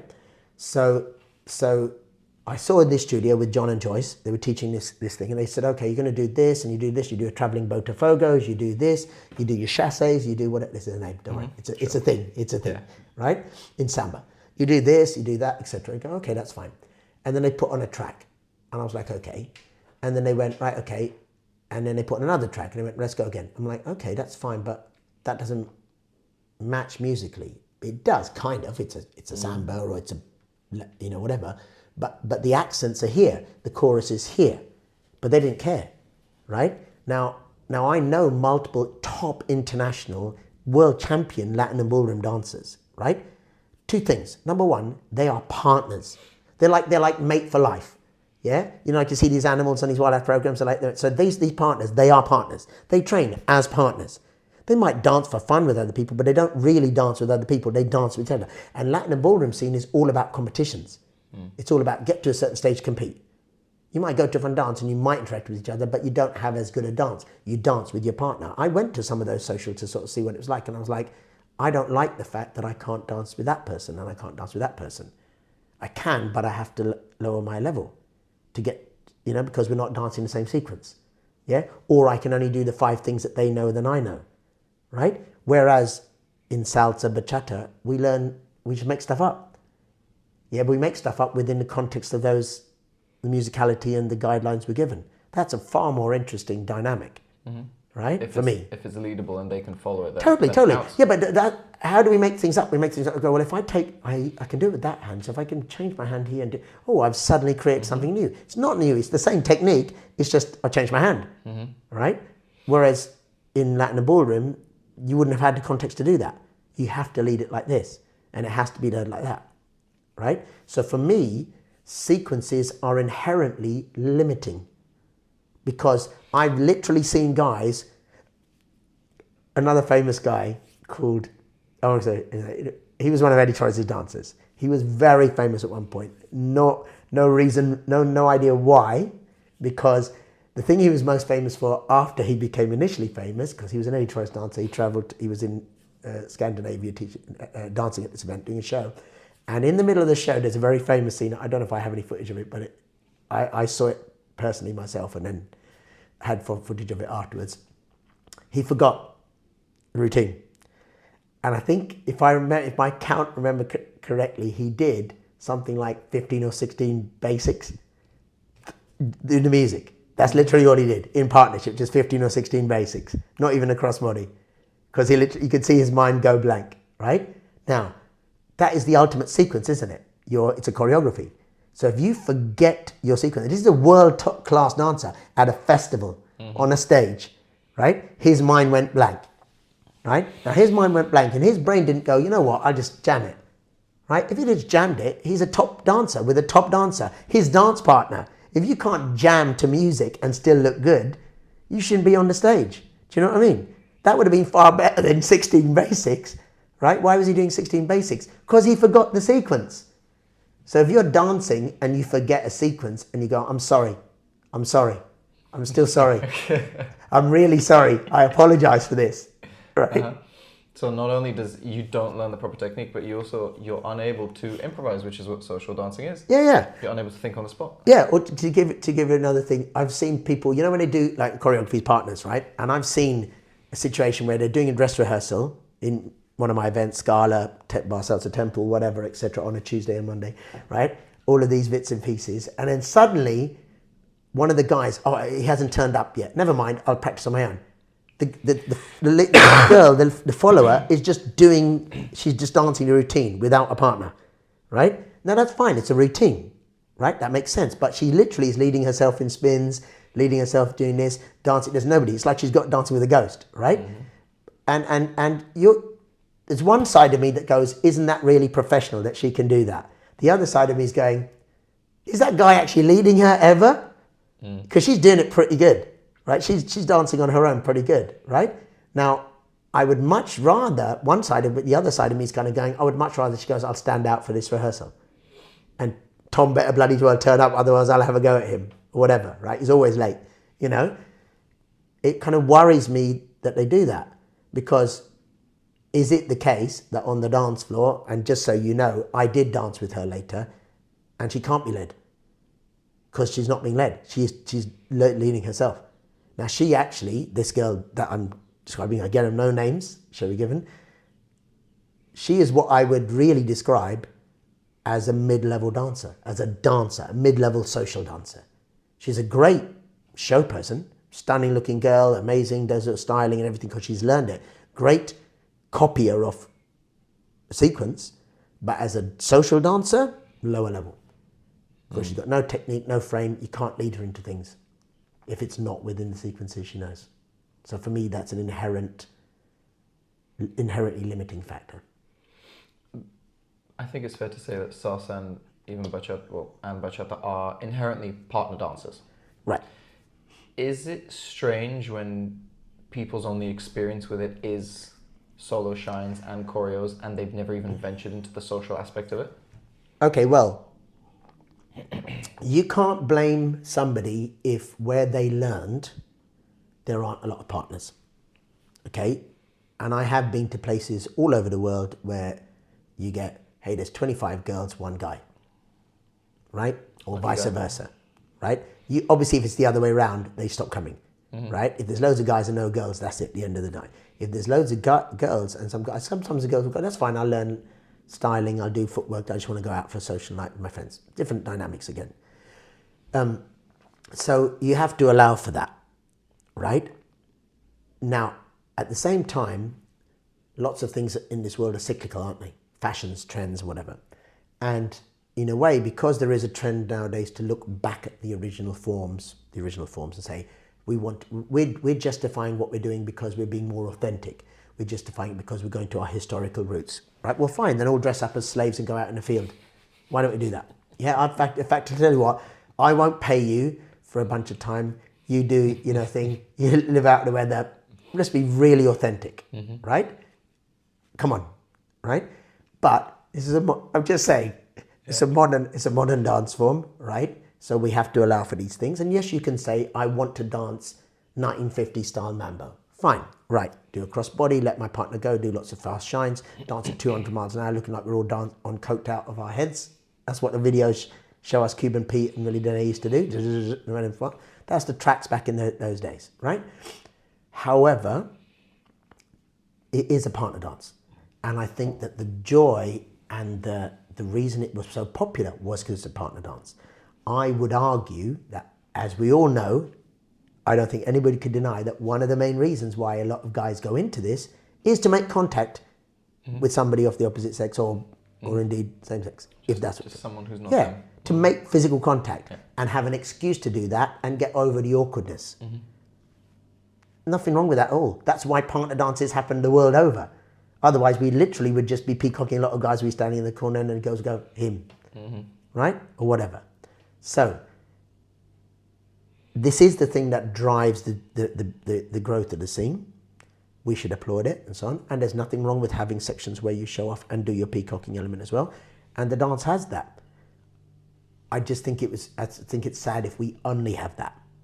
Because if we only have that, then you're purely looking, and as I said before we discussed this, there might be some leaders, followers, guys, girls, who look amazing, but then they won't lead or follow. And that's the sad thing. Because then that's also another enhanced area where you can see, will that person give me room to style? Will that person give me clear lead? You get girls who tell me, oh, I really hate following, and then they'll be led by a top international artist who really leads them strongly, and they say, oh, it's amazing, I totally knew what to do. And you're like, what happened to that? Why is it okay with him? He's much better looking than you. Okay, that's fair enough. Right? With New York style, one of the first things I immediately noticed in my first class was that there's way more, not too much, but just way more tension in the frame because you need it for certain techniques and whatnot. Okay, now I use that word, and I just want to recap here for the viewers. I use that phrase, and it is an incorrect phrase. It's just more easy to understand than muscle tone. Yeah? So muscle tone is the same sort of tone that we use to keep our frames upright and so on and so forth, to walk, to turn, to pick something up, whatever. So that's muscle tone, as opposed to tension, which might be, because obviously you talk about time under tension and all that kind of thing for your training, whatever. That's great, but that's not what we do. We don't get to say, let's have a dance, or unless you were doing a haka or something like that, right? But if you're dancing, to help people to remember it, saying something that's very easy to think of, tension is a quick thing that they kind of go, oh, okay, give me a bit more tension. Right, I understand. It gets the right desired effect in the context of an hour lesson and 10-second we're dancing and making contact. If I had to say muscle tone, doing this, they might kind of go, okay, I have no idea what you're talking still at the end of it. So tension. So yes, potentially. Sorry, I was just. No, of course. It's like.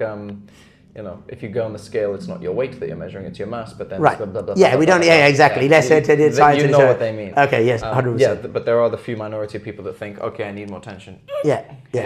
I was actually just thinking what a haka would look like if it was a partner dance. That'd be really great. So you were saying about New York style. So one of the things I noticed immediately in the classes with New York style is that there's more muscle tone or tension. Right. Let's use the word frame. Sure, let's use the frame. Yeah. There's much more technical frame because you need it for the more efficient advanced techniques that happen there. Yeah. Is there a place or an overlap between that and body movement? Yes. Because certain dancers have a massive emphasis on, whatever. Yeah. Whereas something I noticed immediately is even the basic is very still. Okay, right. So have you ever heard of a gentleman called Frankie Martinez? I've heard of him. Okay, so Frankie Martinez was originally an Eddie Torres dancer, and he became, really Frankie is known for doing these things called body isolation movements. Now Frankie isn't the first person. Before him was Sir Q McMillan, before him was a whole bunch of other teachers who taught in that scene Afro-Cuban dance forms, okay? Now, why do I mention him? I mention him because at one point, his classes used to literally consist, they were just body isolation class. He would literally just get up there and do the exercises that he does on his own every day for an hour and get paid a shitload of money for it. Nice. Right? Yeah, yeah, great. I mean, it's a thing, idea. Right? And then loads of other people copied it. The only problem is that I'll tell you what the most prolific discipline is in the whole salsa scene. It's called Chinese whispers. That means that you don't bother going to the class, you watch it on YouTube, and then you say, you know what, I can do that, or I've watched this and I'll do that, and then you get it incorrect and it's a bad carbon copy, and by the time it's 50 iterations down the thing, you're doing something that doesn't resemble that, or you're going, are you doing a bachata class? I don't know, right? Anyway, the point is that it's very easy to exaggerate minimalist movements. Now Frankie is obviously an expert in that. So Q McMillan, an expert. If you say to Frankie, I would like you to rotate your left shoulder half an inch forward on this beat, he obviously can do it.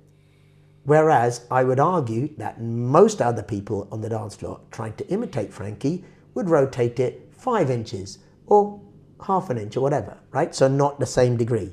Now it's very easy to exaggerate, and sometimes people take something and say, in the context of this dance with the correct frame, because when Frankie dances, if you watch Frankie dance in his shows, partner work that he learned from Eddie Torres, his partner work has a nice rigid frame. He does this, he does whatever he's going to do, and then within the context of that, he might move his shoulders a little bit. But he doesn't tend to do a lot of partner work now because he's more concentrating on his body isolation and shines.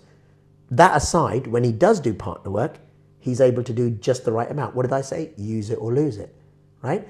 Now, you can't lead your partner through most things at the same time if your arm's moving around a bit, right? So when the Copa, the original Copa in New York, not the new location they've at, when it was in the meatpacking district back in the day, I don't know the rules now for the new Copa, but back in the day when you used to go to New York, you had to wear, to get into a Copa, a collared shirt, yeah?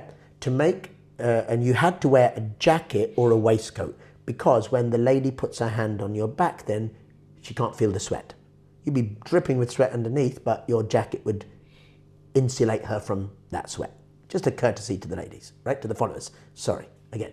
So when you're dancing with these partners and you're dancing with a jacket or a waistcoat, it doesn't look good when you're all like saggy and floppy body posture. So a lot of the Dominicans and Puerto Ricans, which is the predominant ethnic Latino groups in New York, stand upright, like they've got, as we used to say, like they've got a pole stuck up their bum, right? They walk around very tough and macho, but it is a macho thing. It's a macho feminine dance form in the original form. It's guys, slave guys showing off to the infertility rights of the women, right? That's the origin of it, let's be honest. So these guys, completely upright, and when they stand in the framework with the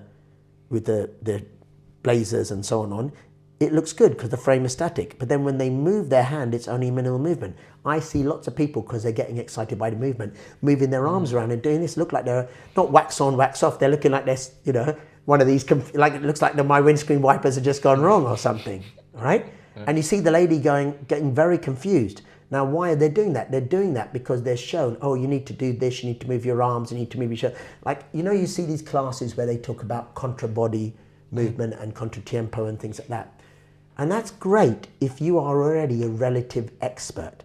I would argue that's the worst thing to teach at the lowest level, because you've got people that don't know their left from their right, and you're asking them to put their fourth metatarsal down on the floor. I watched a Latin and ballroom couple once, and this guy who was a world champion, who was also teaching a world champion, but they were trying to become a new partnership, he made her audition for him, because he was a bit of a dick, and he made her audition for him and spent an hour basically saying, no, on the inside of your foot, no, the other inside of your foot. And I was like, oh my God, shut up, dance. They didn't do anything.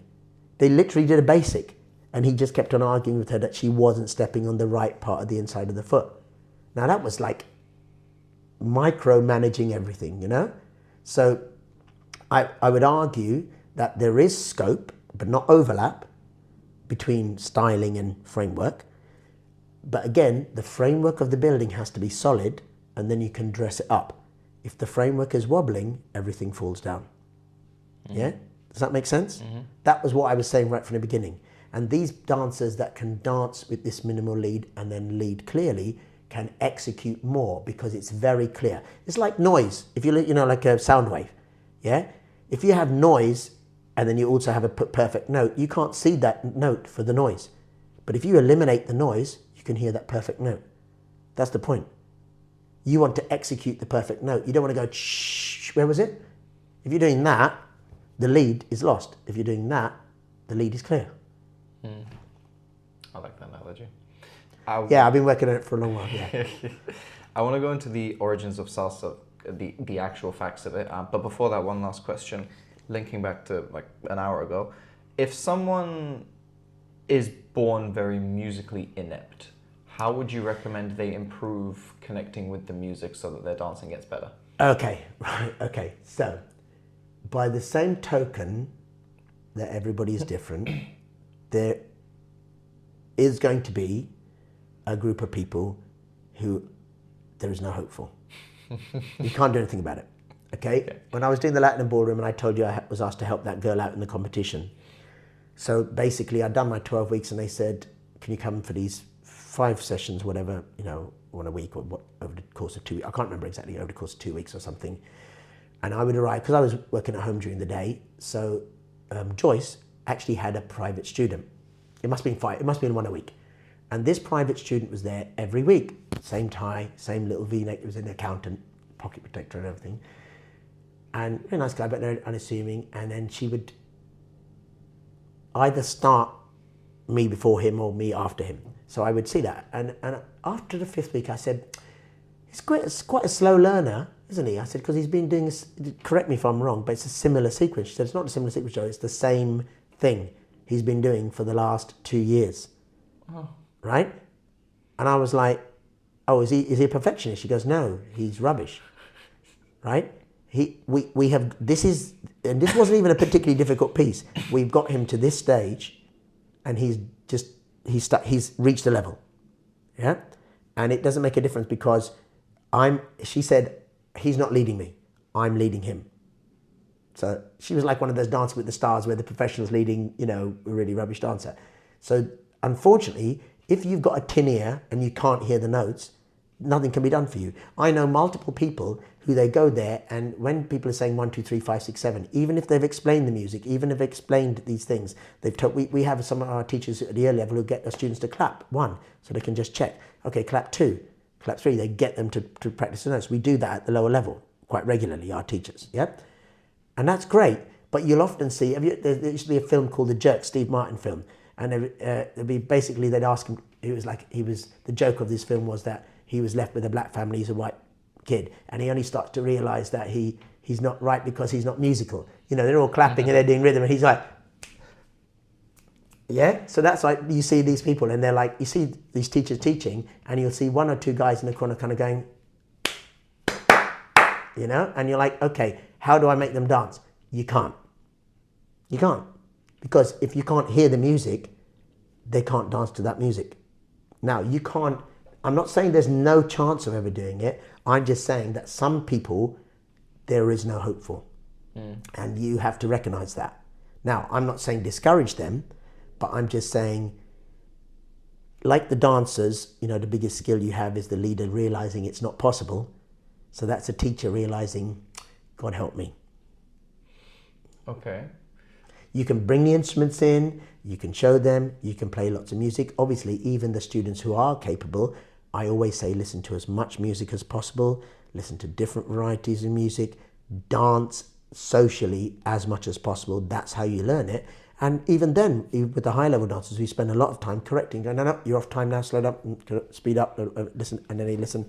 Yes, with everybody has to do it. But some people, there will always be some people that their brain doesn't connect with their foot or their arm in the same way, and they might say, do this.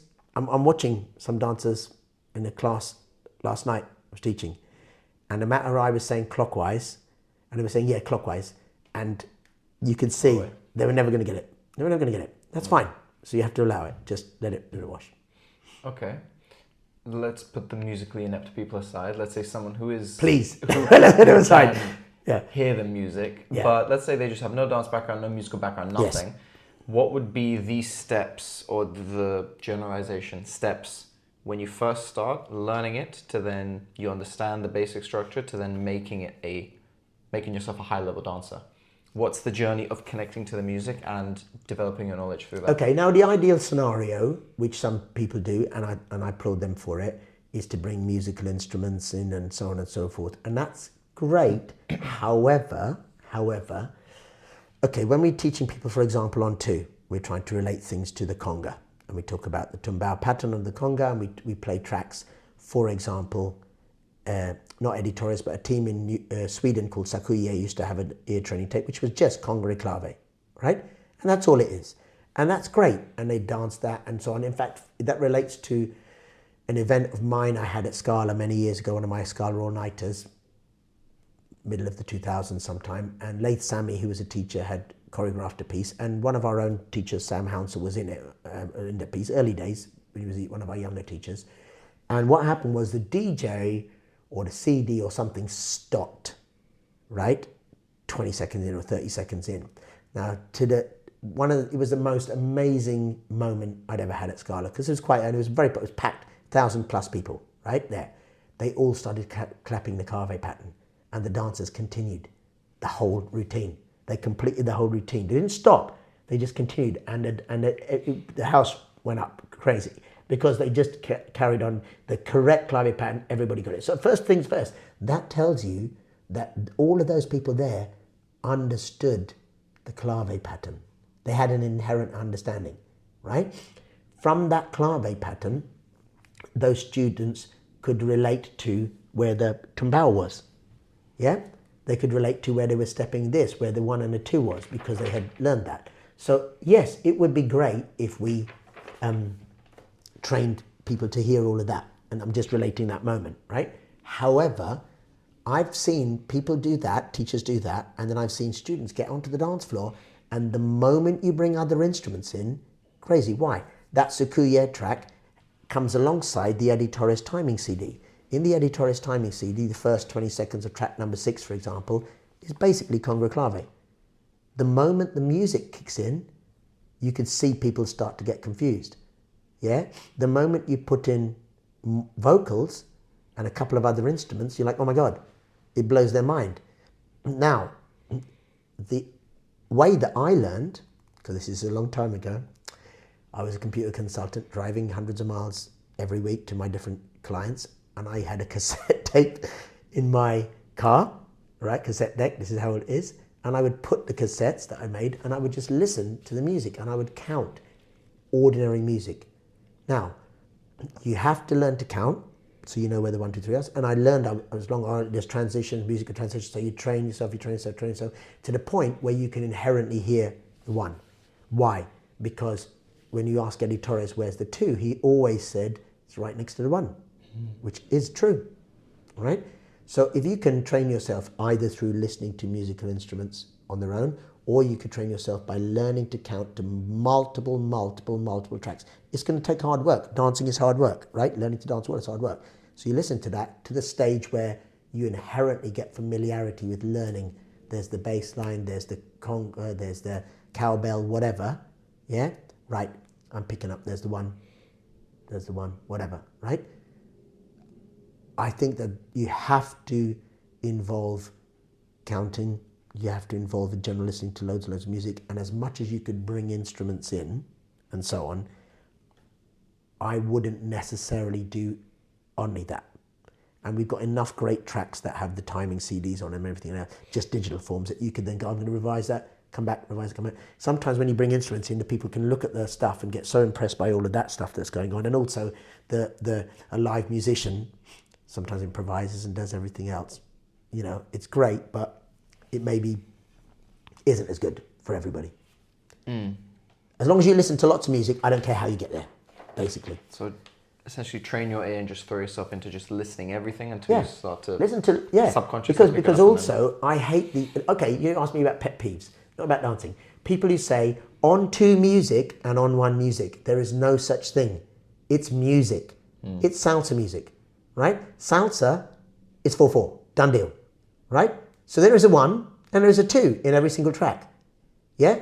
99% of all tracks have an actual clave pattern or an actual tumbao in being played. The congas are being played or whatever, or there is an implied conga, or there is an implied clave or whatever. So they all have that as the basis. The musicians don't say, hey, let's write a salsa track, and you know what, just for fun, let's not worry about the clave pattern, let's not worry about the congas. They don't do that. Yeah, they're musicians. They know the layers. They have them there. They don't actually have to physically have them there. They don't even have to be played out. They are implied, and the musicians know how to work around that. Yeah?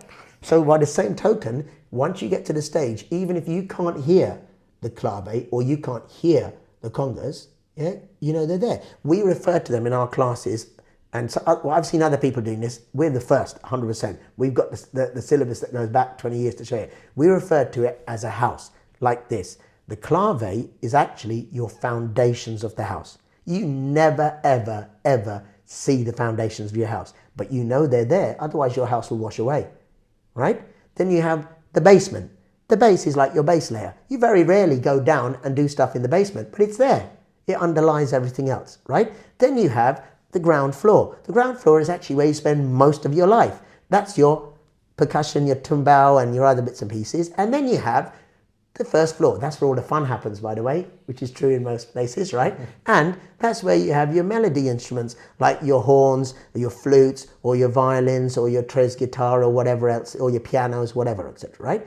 That's where you do your improvisation. You sometimes go upstairs, have a little bit of fun, come down again, spend a lot of your time in the basement doing your, in the ground floor doing your ordinary stuff. That's the analogy, and that's pretty much true. You dance, you do most of your basics and bits and pieces, and then occasionally you'll have some time to really go to town, do some shines. Okay? Mm-hmm. Are there any individual songs that exist specifically on, like, let's say, on two timing? Because I was told, because this is the one song I cannot for the life of me able to find the beat to and dance to. It's Tres Dias by Highlevel. Okay, but hold a second. So how? What do you mean by? I don't know. I've just been told it's. No, but there's no. But that's what I'm saying. Eddie Torres. I once put that statement out that Eddie Torres said, you know, where's the 2? And he said it's not next to the 1. And somebody said on this statement oh, who's Eddie Torres? Now, I don't want to say you're an idiot, but he is. Eddie Torres is the person who gave us the counting 1, 2, 3, 5, 6, 7. Why? Because his teacher, June Liberta, was a professionally trained dancer and explained to Eddie, who didn't know, that this is musicality. This is where, you know, musical notation. Eddie was personal friends with Tito Puente. Eddie got to lead Tito Puente Orchestra on stage sometimes. Why did he trust him to do it? Because he knew that stuff.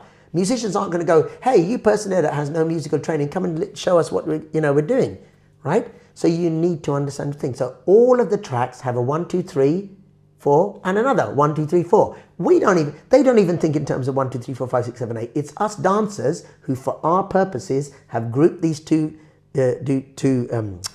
bars of 4 beats together and said, we're going to count them as 1, 2, 3, 4, 5, 6, 7, 8. That's a dancer's measure, not a musician's measure. Dancer's measure, musicians going 1, 2, 3, 4, 1, 2, 3, 4. But underneath that, they have a clave pattern that we could argue then gives us a right to say, this is 8 beats, right? So if those 8 beats are there, you can't randomly say, oh, this is an on 2 track, we're going to ignore the 1, it's a 2. It's not, the 1 is there, right? The music's there, the instrument's still there, right? It's just that you have chosen to dance, for whatever reasons, and emphasize the second beat. Or that person over there has chosen to emphasize the first beat. Or that person over there is emphasizing the third beat. Or that person's emphasizing the fourth beat. And as we always joke, that person's over there emphasizing the 5th, 6th, 7th. Or that person over there, the one that can't hear it, is emphasizing the 9th beat. With the clave, for people who don't understand, how do you tell if it's a 2-3 or a 3-2? You learn it.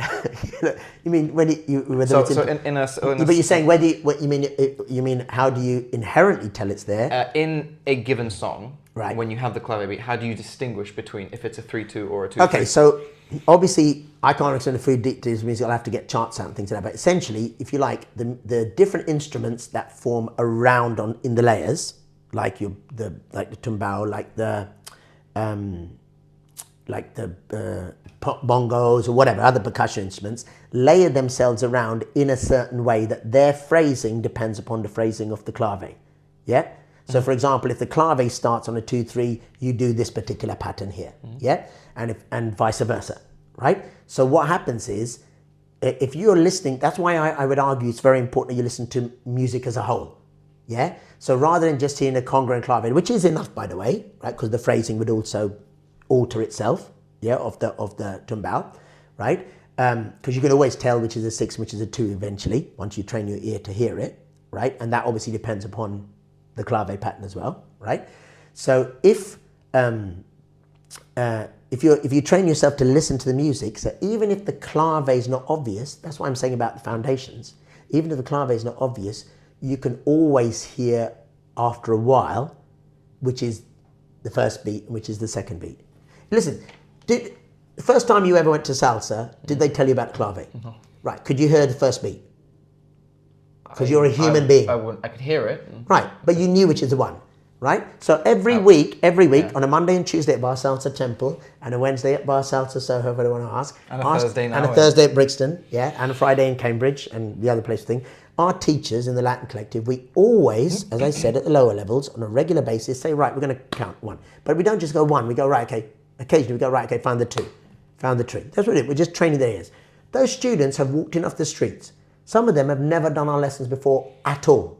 They've never done anything to music. We are not telling them about the clave. Do they need to know about the clave? No, they don't need to know about the clave, because I don't want to confuse the hell out of them. I want them to come back the next week and pay me more money. I'm a business person. I want them to dance, but my first purpose is to make money. So I want to make it as easy as possible. So when that person is learning to clap, guess what? They all do it at the same time, right? My teacher's not going, follow me. My teacher's going, right, find the one, clap. They're not doing anything. The students are doing it. So if the students are doing it, what does that mean? That means they are inherently, as human beings who listen to music on radio all the time. Most Western music is based on the Latin rhythms, you know that. R&B, soul, rock and roll, right? There's a brilliant series by a guy called Howard Goodall, who was a composer royal. 4 series, it's called How Music Works. 4th episode is entirely about modern music being Cuban based, Afro-Cuban based. It's an hour long, it's an essential watch. He just talks about the clave pattern, you know, Valerie, dunk, dunk, dunk, dunk, dunk, it's clave pattern, right? That's what it is. So all human beings that live in this world, in the modern world, that have heard modern music, know the clave pattern without knowing it's a clave pattern. Does that make sense? So you don't actually have to say, by the way, where can you tell where it's a 2-3 clave? Yes, some of you, to hurt subtleties and some of the more complex tracks, actually have to listen to this. But actually, I would argue that most people, if you said to them, find a clave pattern, boom, boom, boom, they would probably do it. Do you know what I mean? With minor training. Because we are listening to music all the time. A lot of that music is based inherently on the original music that people were listening to back in the day. So we've subconsciously learned it already without even realizing it. Yeah. It's not being explained. I applaud people that want to talk about in this level of detail, but it's not necessary. We do a free intro class. Our free intro class is designed to get people up and moving and recognizing which is their left foot and recognizing which is their right foot and putting the weight on that left foot and the weight on the right foot on the correct beats on 1 or on 2 or whatever. Typically on 1 when we teach most of our classes to make money, because that's where the money is. Yeah? We get that done in 20 minutes. I've seen other teachers come in and say, okay, you need to actually do what's technically called an override. Your feet need to move past each other, and they've lost half the class. If they did that, I'll be out of business. I'll be ruined. So yes, it's not the perfect class, but it's an intro. It's a free class. It takes 20 minutes, and those people all stay. So now I've got 100 people for the class that are learning, and they'll stay, and they'll learn and listen to more music, and they'll dance with each other. Yes, they'll pay me, but they'll also dance with each other, and some of them will go away a bit further down the line and go, oh, I'd like to talk to you about the finer details of the clave. Yeah, sure, fine. Yeah, the question of is it 2-3 or 3-2, beginners don't need to know it at all. It's just, I guess, musical knowledge. The very fact that 1,000 people in Scala who were from all different backgrounds, track went off, stopped, dead. They all clapped the correct clave for 2.5 minutes. to the point where dancers on the stage all executed the dance perfectly. I was in awe. I'm standing aside, I've seen shows all over the world. I've seen some of the most amazing shows on the salsa festivals, shows involving 64 dancers, kids from 4 years old, Jason Molina put on at the New York Congress from his Puerto Rican team, 4 years old up to 20 years old, on stage in the aisles, dancing, jumping up. It was like the most amazing thing ever. But I still am impressed by these 6 or 8 people on the stage dancing to this. Why? Because 1,000 people clapped the correct clave pattern to 2.5 minutes non-stop. Perfectly. It was like you could have recorded it. So that for me, there you go, that's the proof of what you asked. Do I need to worry about teaching them? Can they find a clave pattern? They obviously bloody could. Mm-hmm. Okay. Before actually going into the origins of salsa, actually just a few questions about the organizer aspect of everything that you do. Yeah. How is it that you keep your nights successful? Because you've been... A lot of bloody hard work. Yeah. You said Latin Collective is the longest standing UK thing? No. We have the longest running Latin club night in the sense that, so it's Metro Latina Wednesdays at Bar Salsa Soho. We have been in the same venue on the same night doing essentially the same format, same warm line-up dance, same music, whatever. A lot of the same teachers actually as well for 23 years, 23 plus years now, still going strong, right? So there are other nights that have been running, taken a break, couple of years, come back and done something, move venues, move locations, move cities, and you could argue that they are the longest running club night. But we have been doing that weekly, every Wednesday, allowing for the venue being closed for reflooring and lockdown. You're the longest unbroken runner. Longest unbroken in the same venue. As I said, there are other nights that have been similar length to us, but they've moved venues. They've shut down for months and years at a time. So we're the longest running continuous night. Yeah. Are there any of the money-making secrets you're willing to share of what is it that you do? No, it's just hard work. Hard work, but surely it's smart to some degree as well. Look, it's very...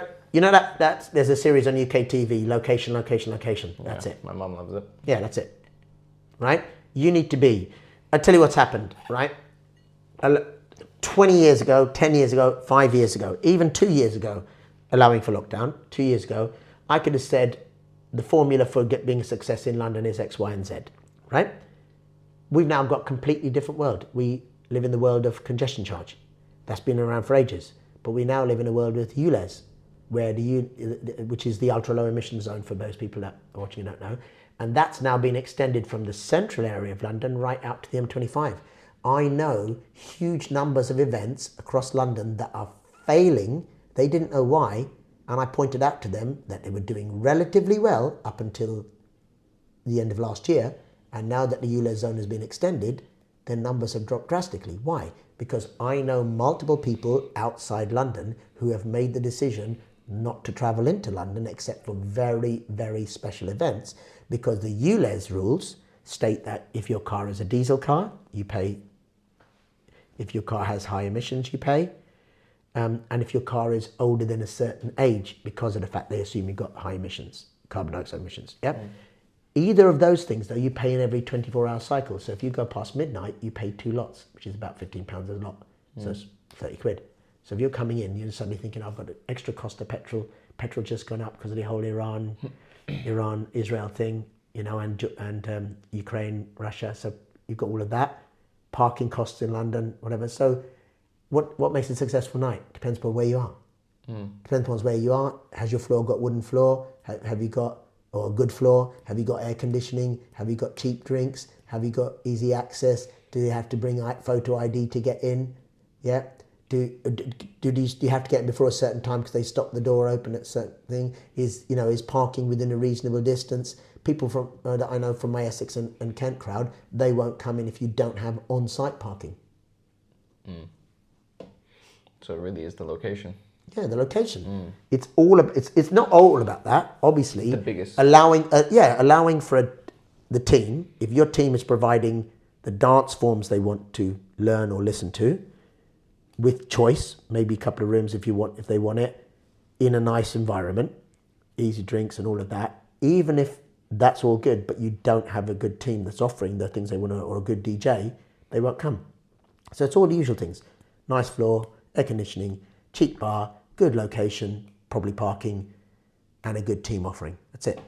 At a cheap enough price. And consistency. Yeah. The longest unbroken. Well, yeah, but I mean, it's like, yeah, I mean, as long as you're in a venue, it's got thing, and you're there regularly, even people will even follow you if you have to go to another venue, provided they know things. Yeah. So it's communication is the most important thing nowadays. Now, that's the hardest thing now. Because, okay, before lockdown, how did you communicate? How would people communicate? Word of mouth? No. Phones. It would have been social media. But which social media? Before lockdown? Instagram? Twitter? No, Instagram. I don't know. 5-6 years ago, yeah, people barely knew about Facebook? Instagram. Facebook. Okay. Facebook, 100%. That shows right? my age right there. Right, yeah. Right. Instagram only really started to do it when people went, oh, we're not listening to Facebook because of COVID arguments or whatever. They dropped off Facebook, Instagram, TikTok, right? Now WhatsApp, Telegram, right? You've got like 20 different things you've got to communicate. How do you do that? You don't. It is word of mouth now. It is. People will go along, and I'm getting multiple people who are telling me, oh, I was told I have to go to this because this is where the top dancers are going to. You know, we're on this WhatsApp group and it's all word of mouth or whatever. Not word of mouth, it's WhatsApp, because a word of mouth is you're all going to the same place anyway, right? So it's the same thing we used to have in the past, cliques, gangs, groups. It's just that you're in the WhatsApp clique of that, or you're in the WhatsApp clique of that. That seems to be the thing. But how long will that be the thing? Till the next thing comes along. Yeah, I found that very interesting when I was getting into the scene in the beginning, that almost basically everywhere in the world, from the places I've been to, where there is an established Latin scene, even a small one, there is a WhatsApp chat for the whole city. Even when I went back to Georgia in Tbilisi, they have a WhatsApp chat with like a few hundred people where every Latin now there is. Now there is. Back then there wasn't. Now there is. Yeah, but we're in London. Do you know one that covers the whole of London? No. There are like 5. Yeah, but how many people are in there? Those? Oh no, not everyone that there is. We got 300 in this. There's 300 in there. So how many WhatsApp? There's probably about 50. Yeah. Big WhatsApp groups in London, right? And there's very few events that are being promoted on all of them. We're connected with 2. One is ours and one is colleagues of ours, that thing, and we usually get stuff on that. That's it. Yeah, because a lot of the chats are made by the dancers themselves, by the people. So you know what? You know the way that we most communicate with people now? What? Our magazine still. Our Free Latin Nation magazine. Every couple of months it comes out. I didn't know you have a magazine. Yeah, well there you go. Okay. You're too new to the scene. Do you post it to the addresses, or you hand them out at the events? No, so the venues that we're at, we used to produce 15,000. We produce 10,000 each run, right? They go outside London, they go inside London. I've got people calling me up from places all over Essex and things like that to say, oh, we've picked up your magazine and such and such. Because they're free, once I produce them, I cover the cost, of course, right? I produce them, get them to locations, people take them on for me. Can I take 50 of these, whatever? The biggest compliment I ever had about the magazine was when somebody said to me, Joe, your magazine is my favourite toilet read. Right? That means he's reading, or she's reading, or whatever, yeah. So even though everything's getting all advanced and digital or whatever, I still get loads of people contact me and saying, we picked up a flyer, right? You can't, the problem with, what's the problem with any social media group? What's the problem with that? Tell me. The person who controls the group, the gatekeeping, right? Okay, you can't advertise except on Mondays. Okay, right, but we did advertise on Mondays. What about this person? Oh yeah, but they're my friends, so I allowed them to advertise on Tuesdays and Wednesdays, Thursdays, Fridays. Right, okay, you can't do this. You have to hop, skip and jump to get in here. And I don't like you, so I'm going to think, so I'm now the gatekeeper. I'm this random person that's got nothing to do with the scene, and I've taken an offence to you, so I'm not going to publicise your event, so I'm going to delete it every time you post on it. That's the problem with those social media, right? So all you can do, I've got now about 6,000 or 7,000 active people on my mailing list. We've always had that. People zap the QR code, join our mailing list. We send a mail out. We hit 40% of all of those people. So we know we've got good coverage. So that's, nearly 2,500 people in London mostly. We get our magazines out around the country. We get our flyers out. We do Facebook, we do Instagram, TikTok, and WhatsApp. We also have our YouTube channel. That's all you can do. I just hope that lots of people spread the word. You have a YouTube channel? Yeah. Huh. Latin Collective? Yeah. Huh. But we didn't do very much on it. All we're doing now is we're putting all of the classes that we have, we put all of the class videos up for free for people to watch. The ones that you post on the WhatsApp chat? Yes. So the ones we post on your WhatsApp chat, so everybody definitely sees it, and then we also post them up on YouTube for people who just randomly want to come along and see them and so on. It has gone full circle because just like you were saying with everything is full circle. Even with like DVDs and movies, for example, piracy used to be massive a couple of decades ago. Then streaming services like Netflix, you're like, wow, everything's in one place. They have Amazon, Prime, Hulu, Netflix, whatever. Now everyone's gone back to piracy. It's just too much. So people going back to the flyers, the physical stuff. So the old-fashioned stuff works. Yeah. People will receive information. They're always going to be able to receive information by a flyer, right? If you can physically get to them. The difference is, though, now, many venues that used to be successful. I tell you one of the worst things that's happening in our scene now, for all of us, and that's where people are trying to initiate boycotts against clubs. And they're trying to say, don't go to clubs because the clubs require X, Y, and Z. And I would argue that's the worst thing possible. There are, if I asked you, I know that you don't know New York that well, but if I said to you, hey, where can I go out in New York? Or you said to me, where can I go in New York, right? 15 years ago, 10 years ago, I would have said, okay, on a Monday you can go here, Tuesday you can go there, you can go a couple of choices on this day. It's not as busy as people thought, but you could go here. Now, I'd be like, and I have to send a message, and even the New Yorkers be like, yeah, maybe you could go to this thing. I think they still run a place. And just because they're not sure about what's still... No, they've closed. Loads of clubs don't do stuff anymore. Why? Because, number one, our scene are the worst, most moany people in the world. They don't drink. They want to come in free, whatever, and they still expect the venues to give them stuff. Now, okay, if you have a dedicated venue where we're paying, where we're renting the property, whatever, then yeah, you pay. We'll have these other bits and pieces. We can do whatever we want to. We can have things within the licensing conditions. But look at some of the things. 10 years ago, people would have said to me, why are you finishing so early? Now, people apparently are happy enough to go to a place which closes at 11:30 because that's what we do. Why do we do that? We do that because you didn't have any choice and because you've been told that that's what the top people do and the socials do nowadays. No, there's a whole bunch of people that want to go out to a club. They want to party till 2 a.m. They want to dance. It's just that you have to also put up with other dance music being played.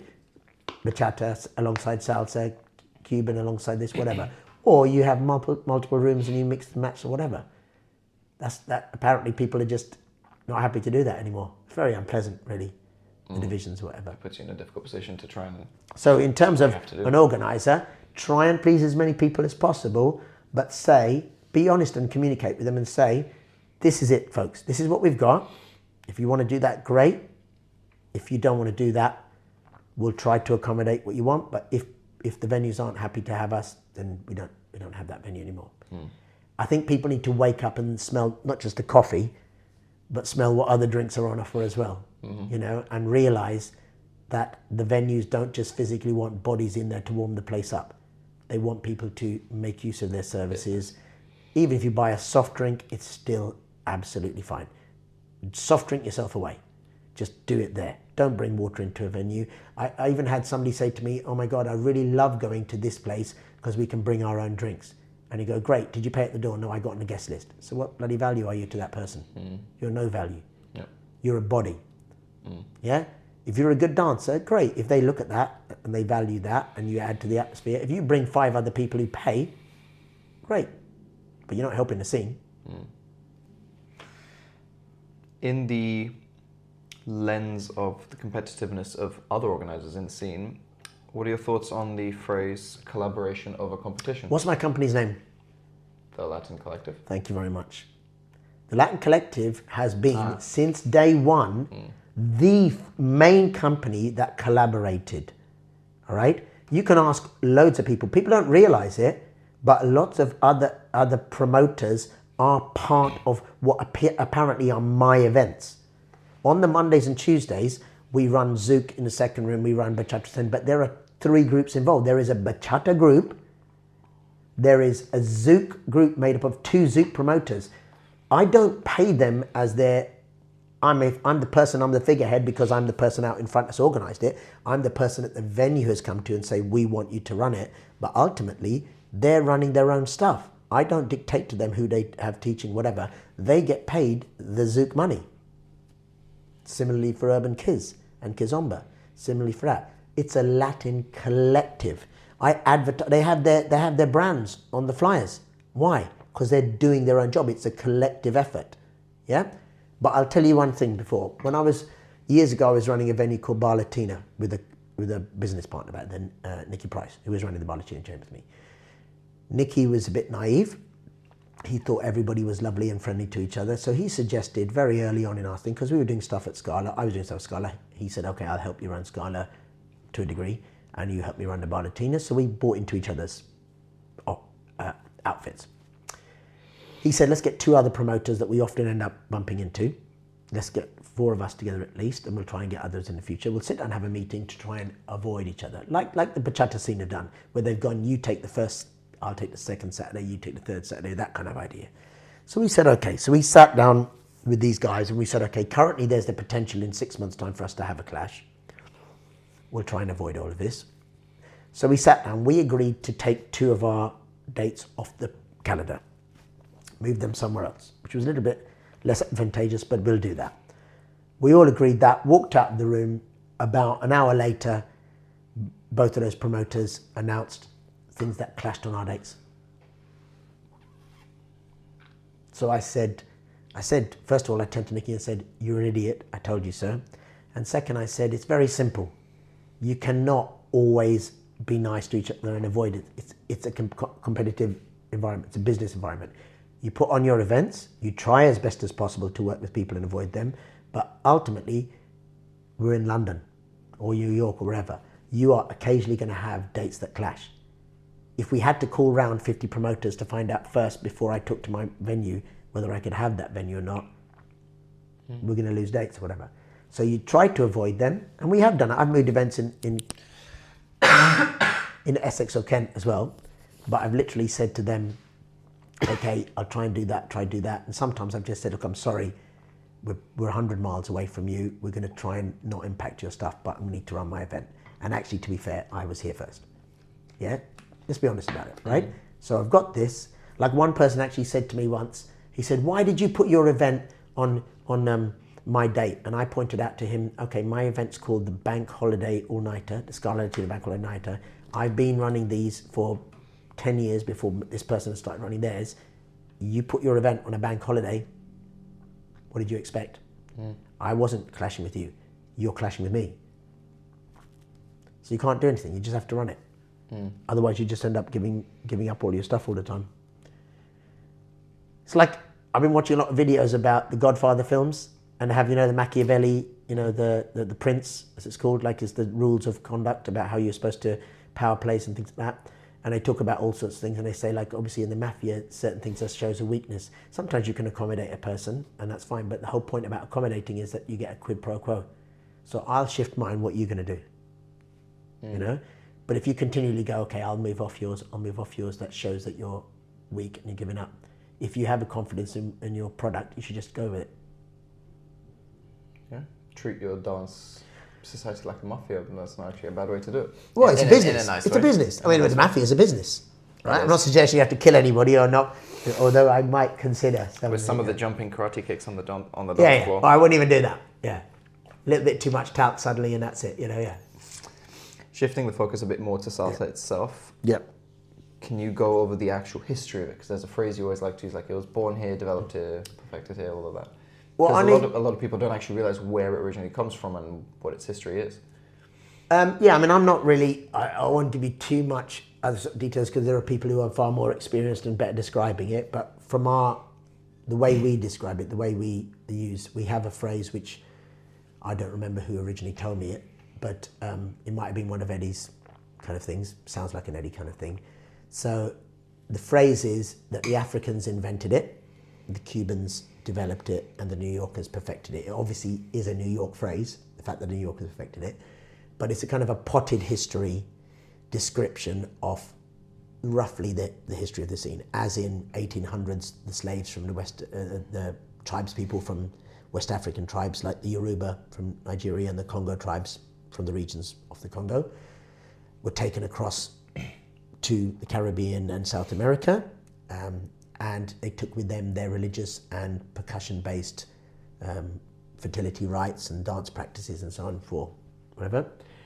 And in these regions of the Caribbean and South America, they were incorporated into the local religions. Yep, and these religions developed into what we call Santeria, Candomblé, or in the French-speaking Voodoo. Yep, and they were led typically by a priest or mostly a priestess, whose name in modern parlance is the Mambo. Mambo means conversation with the gods. Yep, as you know, we talked about how modern music derives from this Afro-Cuban roots, and we have a call and response. You know, I say, you say, yeah, that's a call and response, right? So imagine that, but I'm a god speaking to the people, or the people speaking to the god, whatever. So the gods, the people are enchanting to people and saying, please come and do this for us, Chango, or please come and make our crops fertile, or whatever. And the god responds, etc. But these are also backed up and underlaid by drum-based percussion. Yeah, it could be hitting the floor, could be hitting a rock, could be hitting a tree, whatever, originally. But these patterns being played in the plantations of Caribbean or in South America sound enticing to the plantation overlords listening to in their fantastic, and whatever. And they liked some of these patterns. This is the sort of history we give them. And if you take those musical patterns and you overlay them into modern music, Western musical notation, it fits nicely inside a 4/4 pattern. Yep, and as we describe, certainly from the Salsa point of view, because obviously the South American traditions had a different root. Yep, their roots went on to become samba, and because the drums that were being beaten were two-skin drums, they get a faster rhythm, and these two-skin drums are what's called bata drums. So you get bateria, which is the underlying music form of samba, whereas the single-skin drums, the conga drums that we recognize, the top-skin drums, which the modern drums look like that. Yeah, so those two conga drums were the underlying rhythm. The tumbao pattern, 8-beat pattern beaten out in conga, was the underlying pattern of the stuff that we became derived from the Caribbean countries like Cuba. Cuba, of course, pointing out that Cuba is a misspelling of the word Yoruba when it's written down. That's where the name of the island comes from. And those music forms, as I said, when overlaid by the typically Spanish overlords in these regions onto modern music forms in their ballroom or baile de salson dance forms, like danson, right? Danson was a derivative of son and so on and so forth. And then all of these music forms, loads of music forms, guajira, guaguancó, bolero, bomba, etc., etc., etc. Yep, hundreds of them. Like, not now. But I used to. This shows how old I am. When I used to tell my students, I used to tell them about Virgin megastores, and they don't know what I'm talking about. But the record store, or Tower Records, they used to exist in Piccadilly. And I used to go in, and when we used to go back in the day to find salsa music, they would have this massive section, and they would literally have guaguancó, guajira, and you're like, I have no idea what I want to look. And sometimes you look on the back of CDs that used to exist, and they would have the specific version, what track it is, what type of music, yeah? People don't know about that now. Why? Because in the 1970s and 80s, when these music forms were all being danced to by these different musicians, these different dancers that know how to dance these different things, these ethnic dancers, the Puerto Ricans, the Dominicans, whatever, etc., and the Cubans, when they were being danced to, the son and so on and so forth, it was very hard to market these music forms. So Fania Records, which obviously was the biggest kind of ethnic record company in the 70s, were looking for a term to kind of put as an umbrella term to sell it, so go into the rock and roll section. Rock and roll isn't one genre, it's multiple genres, if you like. So salsa is a bigger umbrella term because it incorporates all those music forms. And it was purely a term, salsa, that they used because it sounded nice, hot and spicy, yeah, and they used that as an umbrella term to cover it. But actually, when we tell our students, there's this debate where people say Mambo is on too. So yes, the original form of dance that was danced by the Mambo dancers, i.e. the dancers dancing this voodoo priestess saying this and following her incantations or whatever, you could take one of the most popular forms of music they were dancing to, this pattern, this percussion pattern, take it out, and ultimately it derived to a pattern which is an on-two form. Yeah? So Mambo dance, which came from that, from those Mambo dancers, was on two, went around the world in the 50s and so on, and was the most popular form of the dance that everyone was doing. And cha-cha was obviously derived from that. Yep, so it's an on-two dance form. So if you take all of that, you could say the Mambo is that. But really, the patterns that we've done have just been shifted to on one, etc. as well. And so Salsa covers all of those. Salsa is really an umbrella term for everything now. So in a way, Mambo is one of the dance forms under Salsa, if that makes sense. That is very interesting. It's only interesting, it's potted, very, very summarized. There's people who would have much more expertise who will explain everything in great detail. Even that is infinitely more than definitely I knew, and I know for a fact a lot of people that dance salsa know as well. What are the main technical or stylistic, whatever you want to call it, the differences between LA and New York, and why do you look down on LA sometimes? I don't look down on it. I look sideways at it. No, I take the meaning. It's very simple, right? For me, so I used to go to New York, like I said, regularly to visit Eddie, and there was a club back in the day called Nell's, which is a very small club. It was probably, 10 meters by 10 meters or something stupid, right? There'd be 100 people in this room, right? And you would walk in down, because it was downstairs. You go upstairs, the restaurant, downstairs was the club. You go to the club and you come downstairs and you'd be like, how the hell are this many people dancing this well in here and nobody's getting hurt? Yeah? And they would hell for leather, 100 miles an hour, 100 beats minute tracks, whatever. Styling amazing. They were doing it, shines this, and you're going, how are they doing that? Because they were keeping their shit together. Now, I also visited an LA club. It was like a barn, right? And the number of people in it were not even as many as the people in New York. So they had loads of space, and they were all doing showy moves, they were extending, they were doing tricks and drips and flips and whatever. And you're going, that's great. How does that come to a club in London where it's packed, right?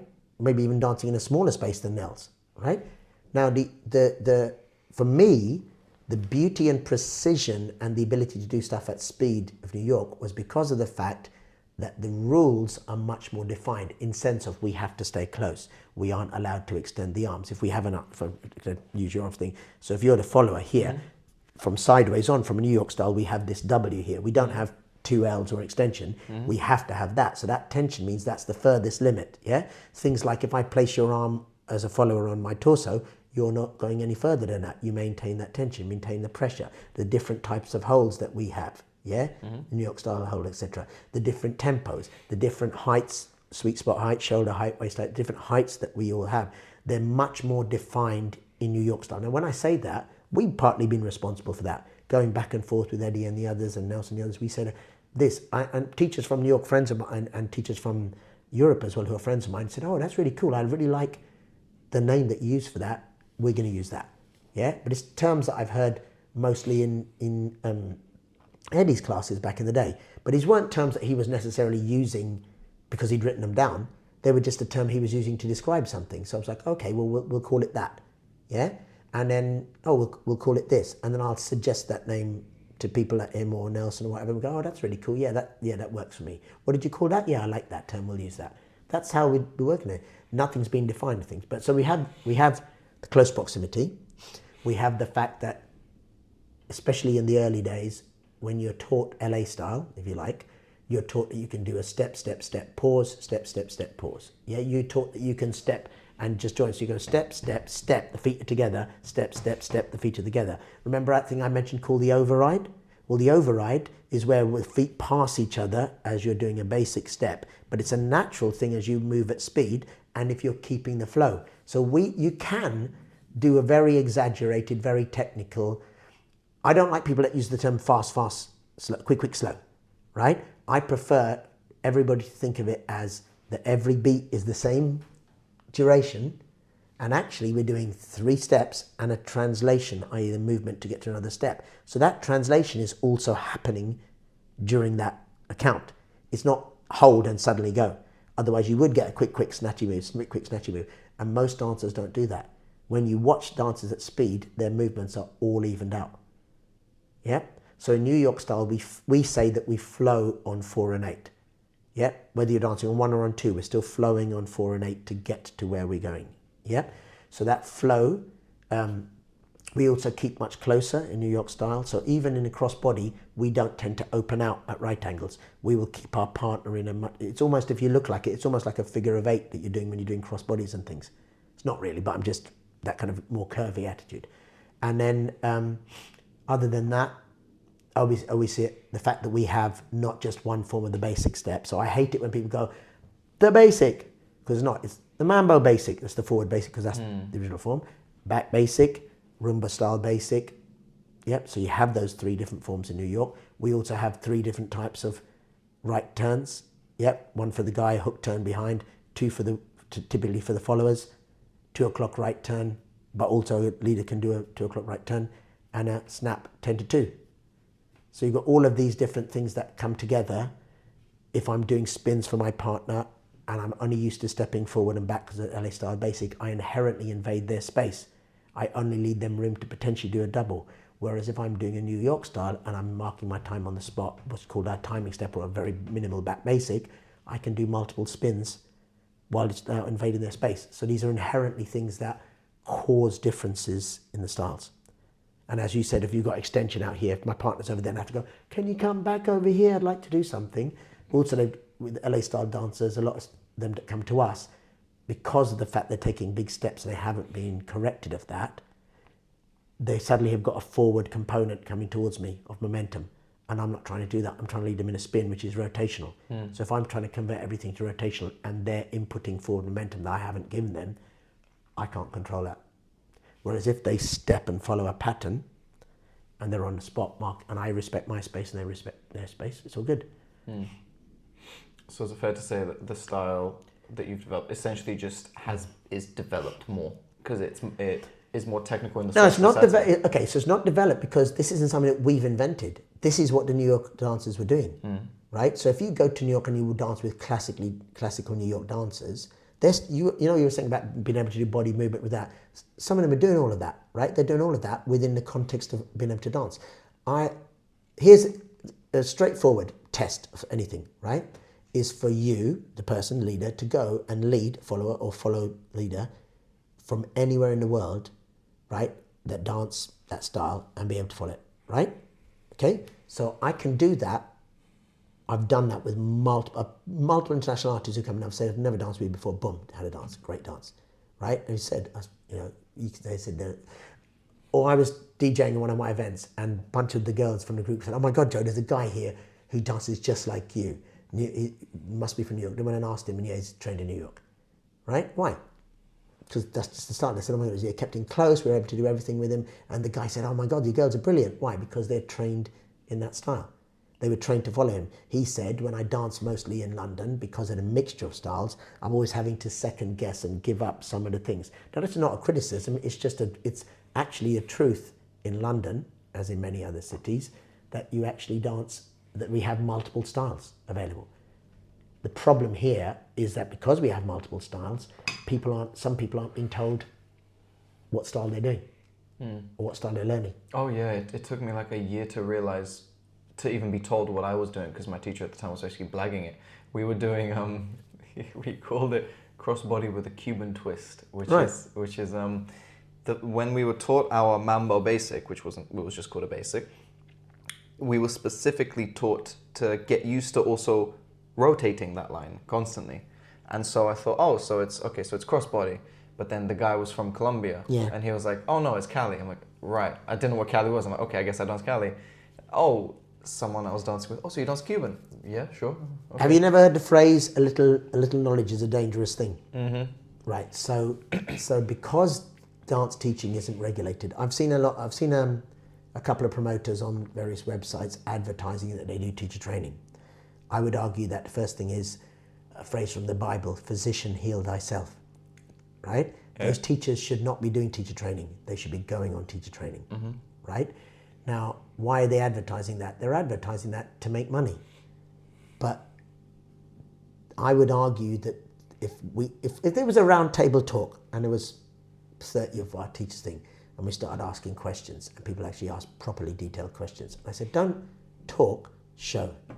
Show what you're talking and argue your point, and we'll see who wins, right? Or, you know, a bunch of us. Then I think it would be a special thing to watch. A truly special thing. Yeah, because doing it for business reasons is fine, as long as you maintain the integrity of what you're teaching them and you know. There's nothing, I have no problem with it. If somebody is good at what they do, have at it. If you're making money, Adolfo in the States, minting it with Empire Mambo. Great, doing well. He's doing what people should have been doing. He's doing a proper business model. He's bossing it. Well done. Good businessman, knows what he's doing. He's a talented dancer, talented teacher. He and his partners, well, I can't say anything bad about it. You know? It is what it is. But he's only allowed that because he's legit and he knows what he's doing. He's legit, but there's many legit people who couldn't organise a piss up in a brewery. Yeah. And you're like, like Eddie, you know, it's Eddie Torres. Eddie Torres should be a multimillionaire. He's not. Because it's the dancer and then there's the organizer business. Yeah. Eddie was chronically bad. And he would admit to it. Eddie was chronically bad at keeping what he got. You know? It was with multiple people, not myself, his daughter, Henry, we always tried to say, look, Eddie, you should be doing this. And just loads of missed opportunities. Can't be helped. It's too late for that now. He's still Eddie Torres, but he's Eddie Torres. Whereas other people are inheriting the mantle that he should have had. He should be an elder statesman of the scene. But even more so. Okay. You're gone. Yeah. To finish, I want to do just some quick fire questions. Okay. Favorite salsa club in the world? Favorite salsa club? Okay, right, okay. Whether it's still open or not, it doesn't matter. Yeah, okay, Nels would have been it. Where was it? What in New York. Yeah, that's the little club that I say down there. Because I went multiple times, little dancers, phenomenal. It was just the right thing. It was like a little restaurant, upstairs, downstairs a club. I can't even remember if it had air conditioning, but who cared? It was just brilliant. Wooden floor, cheap to get in. Lots of places that you could come out at 3 o'clock in the morning if it finished. I can't remember what time it finished. And you could buy, you know, those American sandwiches, those Heroes, right? You could buy them, whatever. You could get meatball sandwiches. That's what you wanted at 3 in the morning or whatever on the way home. Yeah, I loved it. I'm guessing it's not open anymore. Oh no, closed a long time ago. Yeah. Okay. If you could dance to only one song for the rest of your life, what would it be? That's more difficult. But I would say, actually, Hector Lavoe's Periodico de Yeah. Why? It's fucking amazing. The orchestration. It's like, there's some songs that when you listen to them, it doesn't make a difference. It's like, you know, I've been watching lots of videos on YouTube and they say, oh, you know, the music you heard as a youngster transports you back to your youth, right? I would say that some of these classics aren't played as much as they should be. And it doesn't make a difference what time you dance or whatever. It's just an amazing track, and it's just the orchestration is lovely. Yeah, I could dance to that. If people played that at the end of every night, I'd be a happy person. Yeah. Okay. Not all the time, not the only track, but every night. Yeah.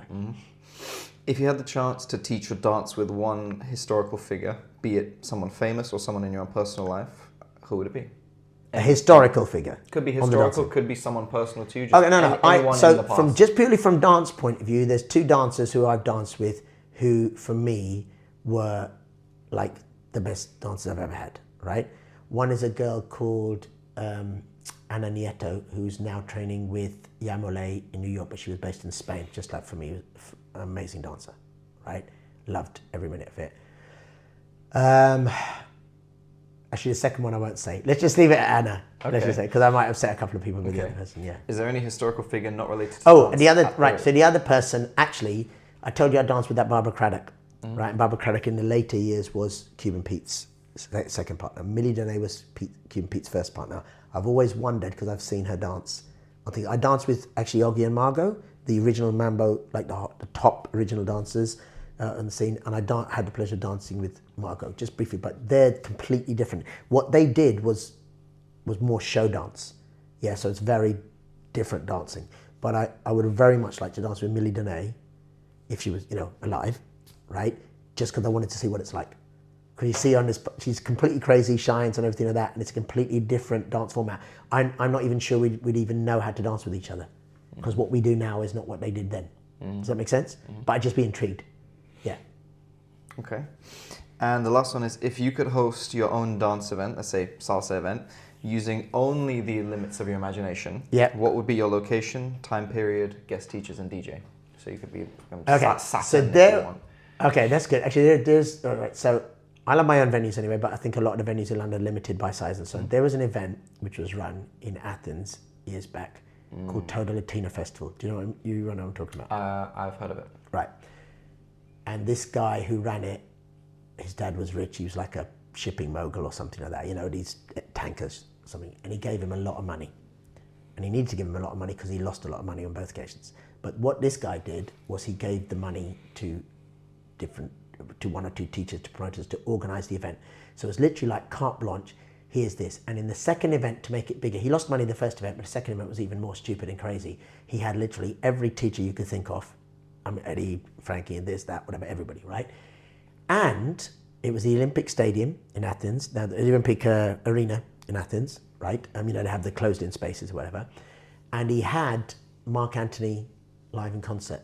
But he had to pay Mark Anthony, if my memory serves me correct, something like 400,000 euros.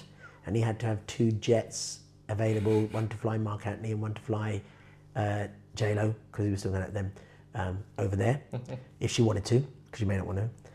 And he lost an unbelievable amount of money. Like he lost 400,000 euros or something like that, right?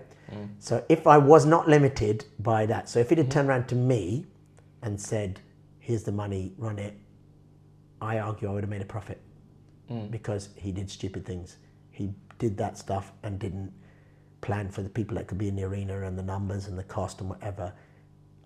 And that's what I do. Whereas the person he gave to wasn't that minded. He just went, fine, you're paying me and I'm going to make a lot of credit out of this. So yeah, so I would run that event. That's the business answer. If you take the business and the profit out of it, your personal preference completely. Yeah, but it was an amazing... I've run festivals and things all over the world like that, but even that, I would still choose that because you know why? Because by all accounts, the location was great. It was very easy for people to get to. It was very easy for, parking. Because, look, I wanted to do stuff at the Olympic sites here in London. No go. They weren't interested. Right? I worked at the Sydney Festival with Jamie Jesus and Nesta, Nesta, who passed away recently. Rest in peace. Anyway, so I did it with them. I went to the Sydney Festival back in 2007, 2008. Amazing. Why? Because it's in the Olympic Arena. Huge venue, beautiful floor. They were divided up they had a whole stage area with this rate seating on one side and then the other side of dancing.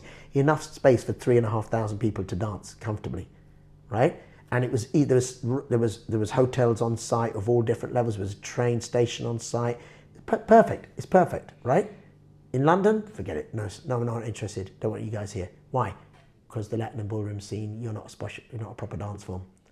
So if I was able to do something in a venue like that here without the limits bounds, yeah, I'll do that. Athens being the closest venue to us here. London not being interested in us at all. And if there was one DJ you could have for the whole night? Other than me, I don't know. I honestly, DJs is a bit of a different thing. I like Pablo Bat in Spain. He's a great DJ. I love Henry Knowles, but I think what Henry does isn't popular with people anymore. Because he mixes a lot and they're not into that. And his bachata that he listens to wouldn't be of interest to you guys. Yeah, but I would have separate rooms, of course, so everybody would be happy. And Biscuit would stop moaning. Yeah. Okay, well, that's the end for me. Is there any final things you want to No, touch on? I'm good. I need to go home and get on with my life. Perfect. Thank you very much for coming. And we'll see you guys next time.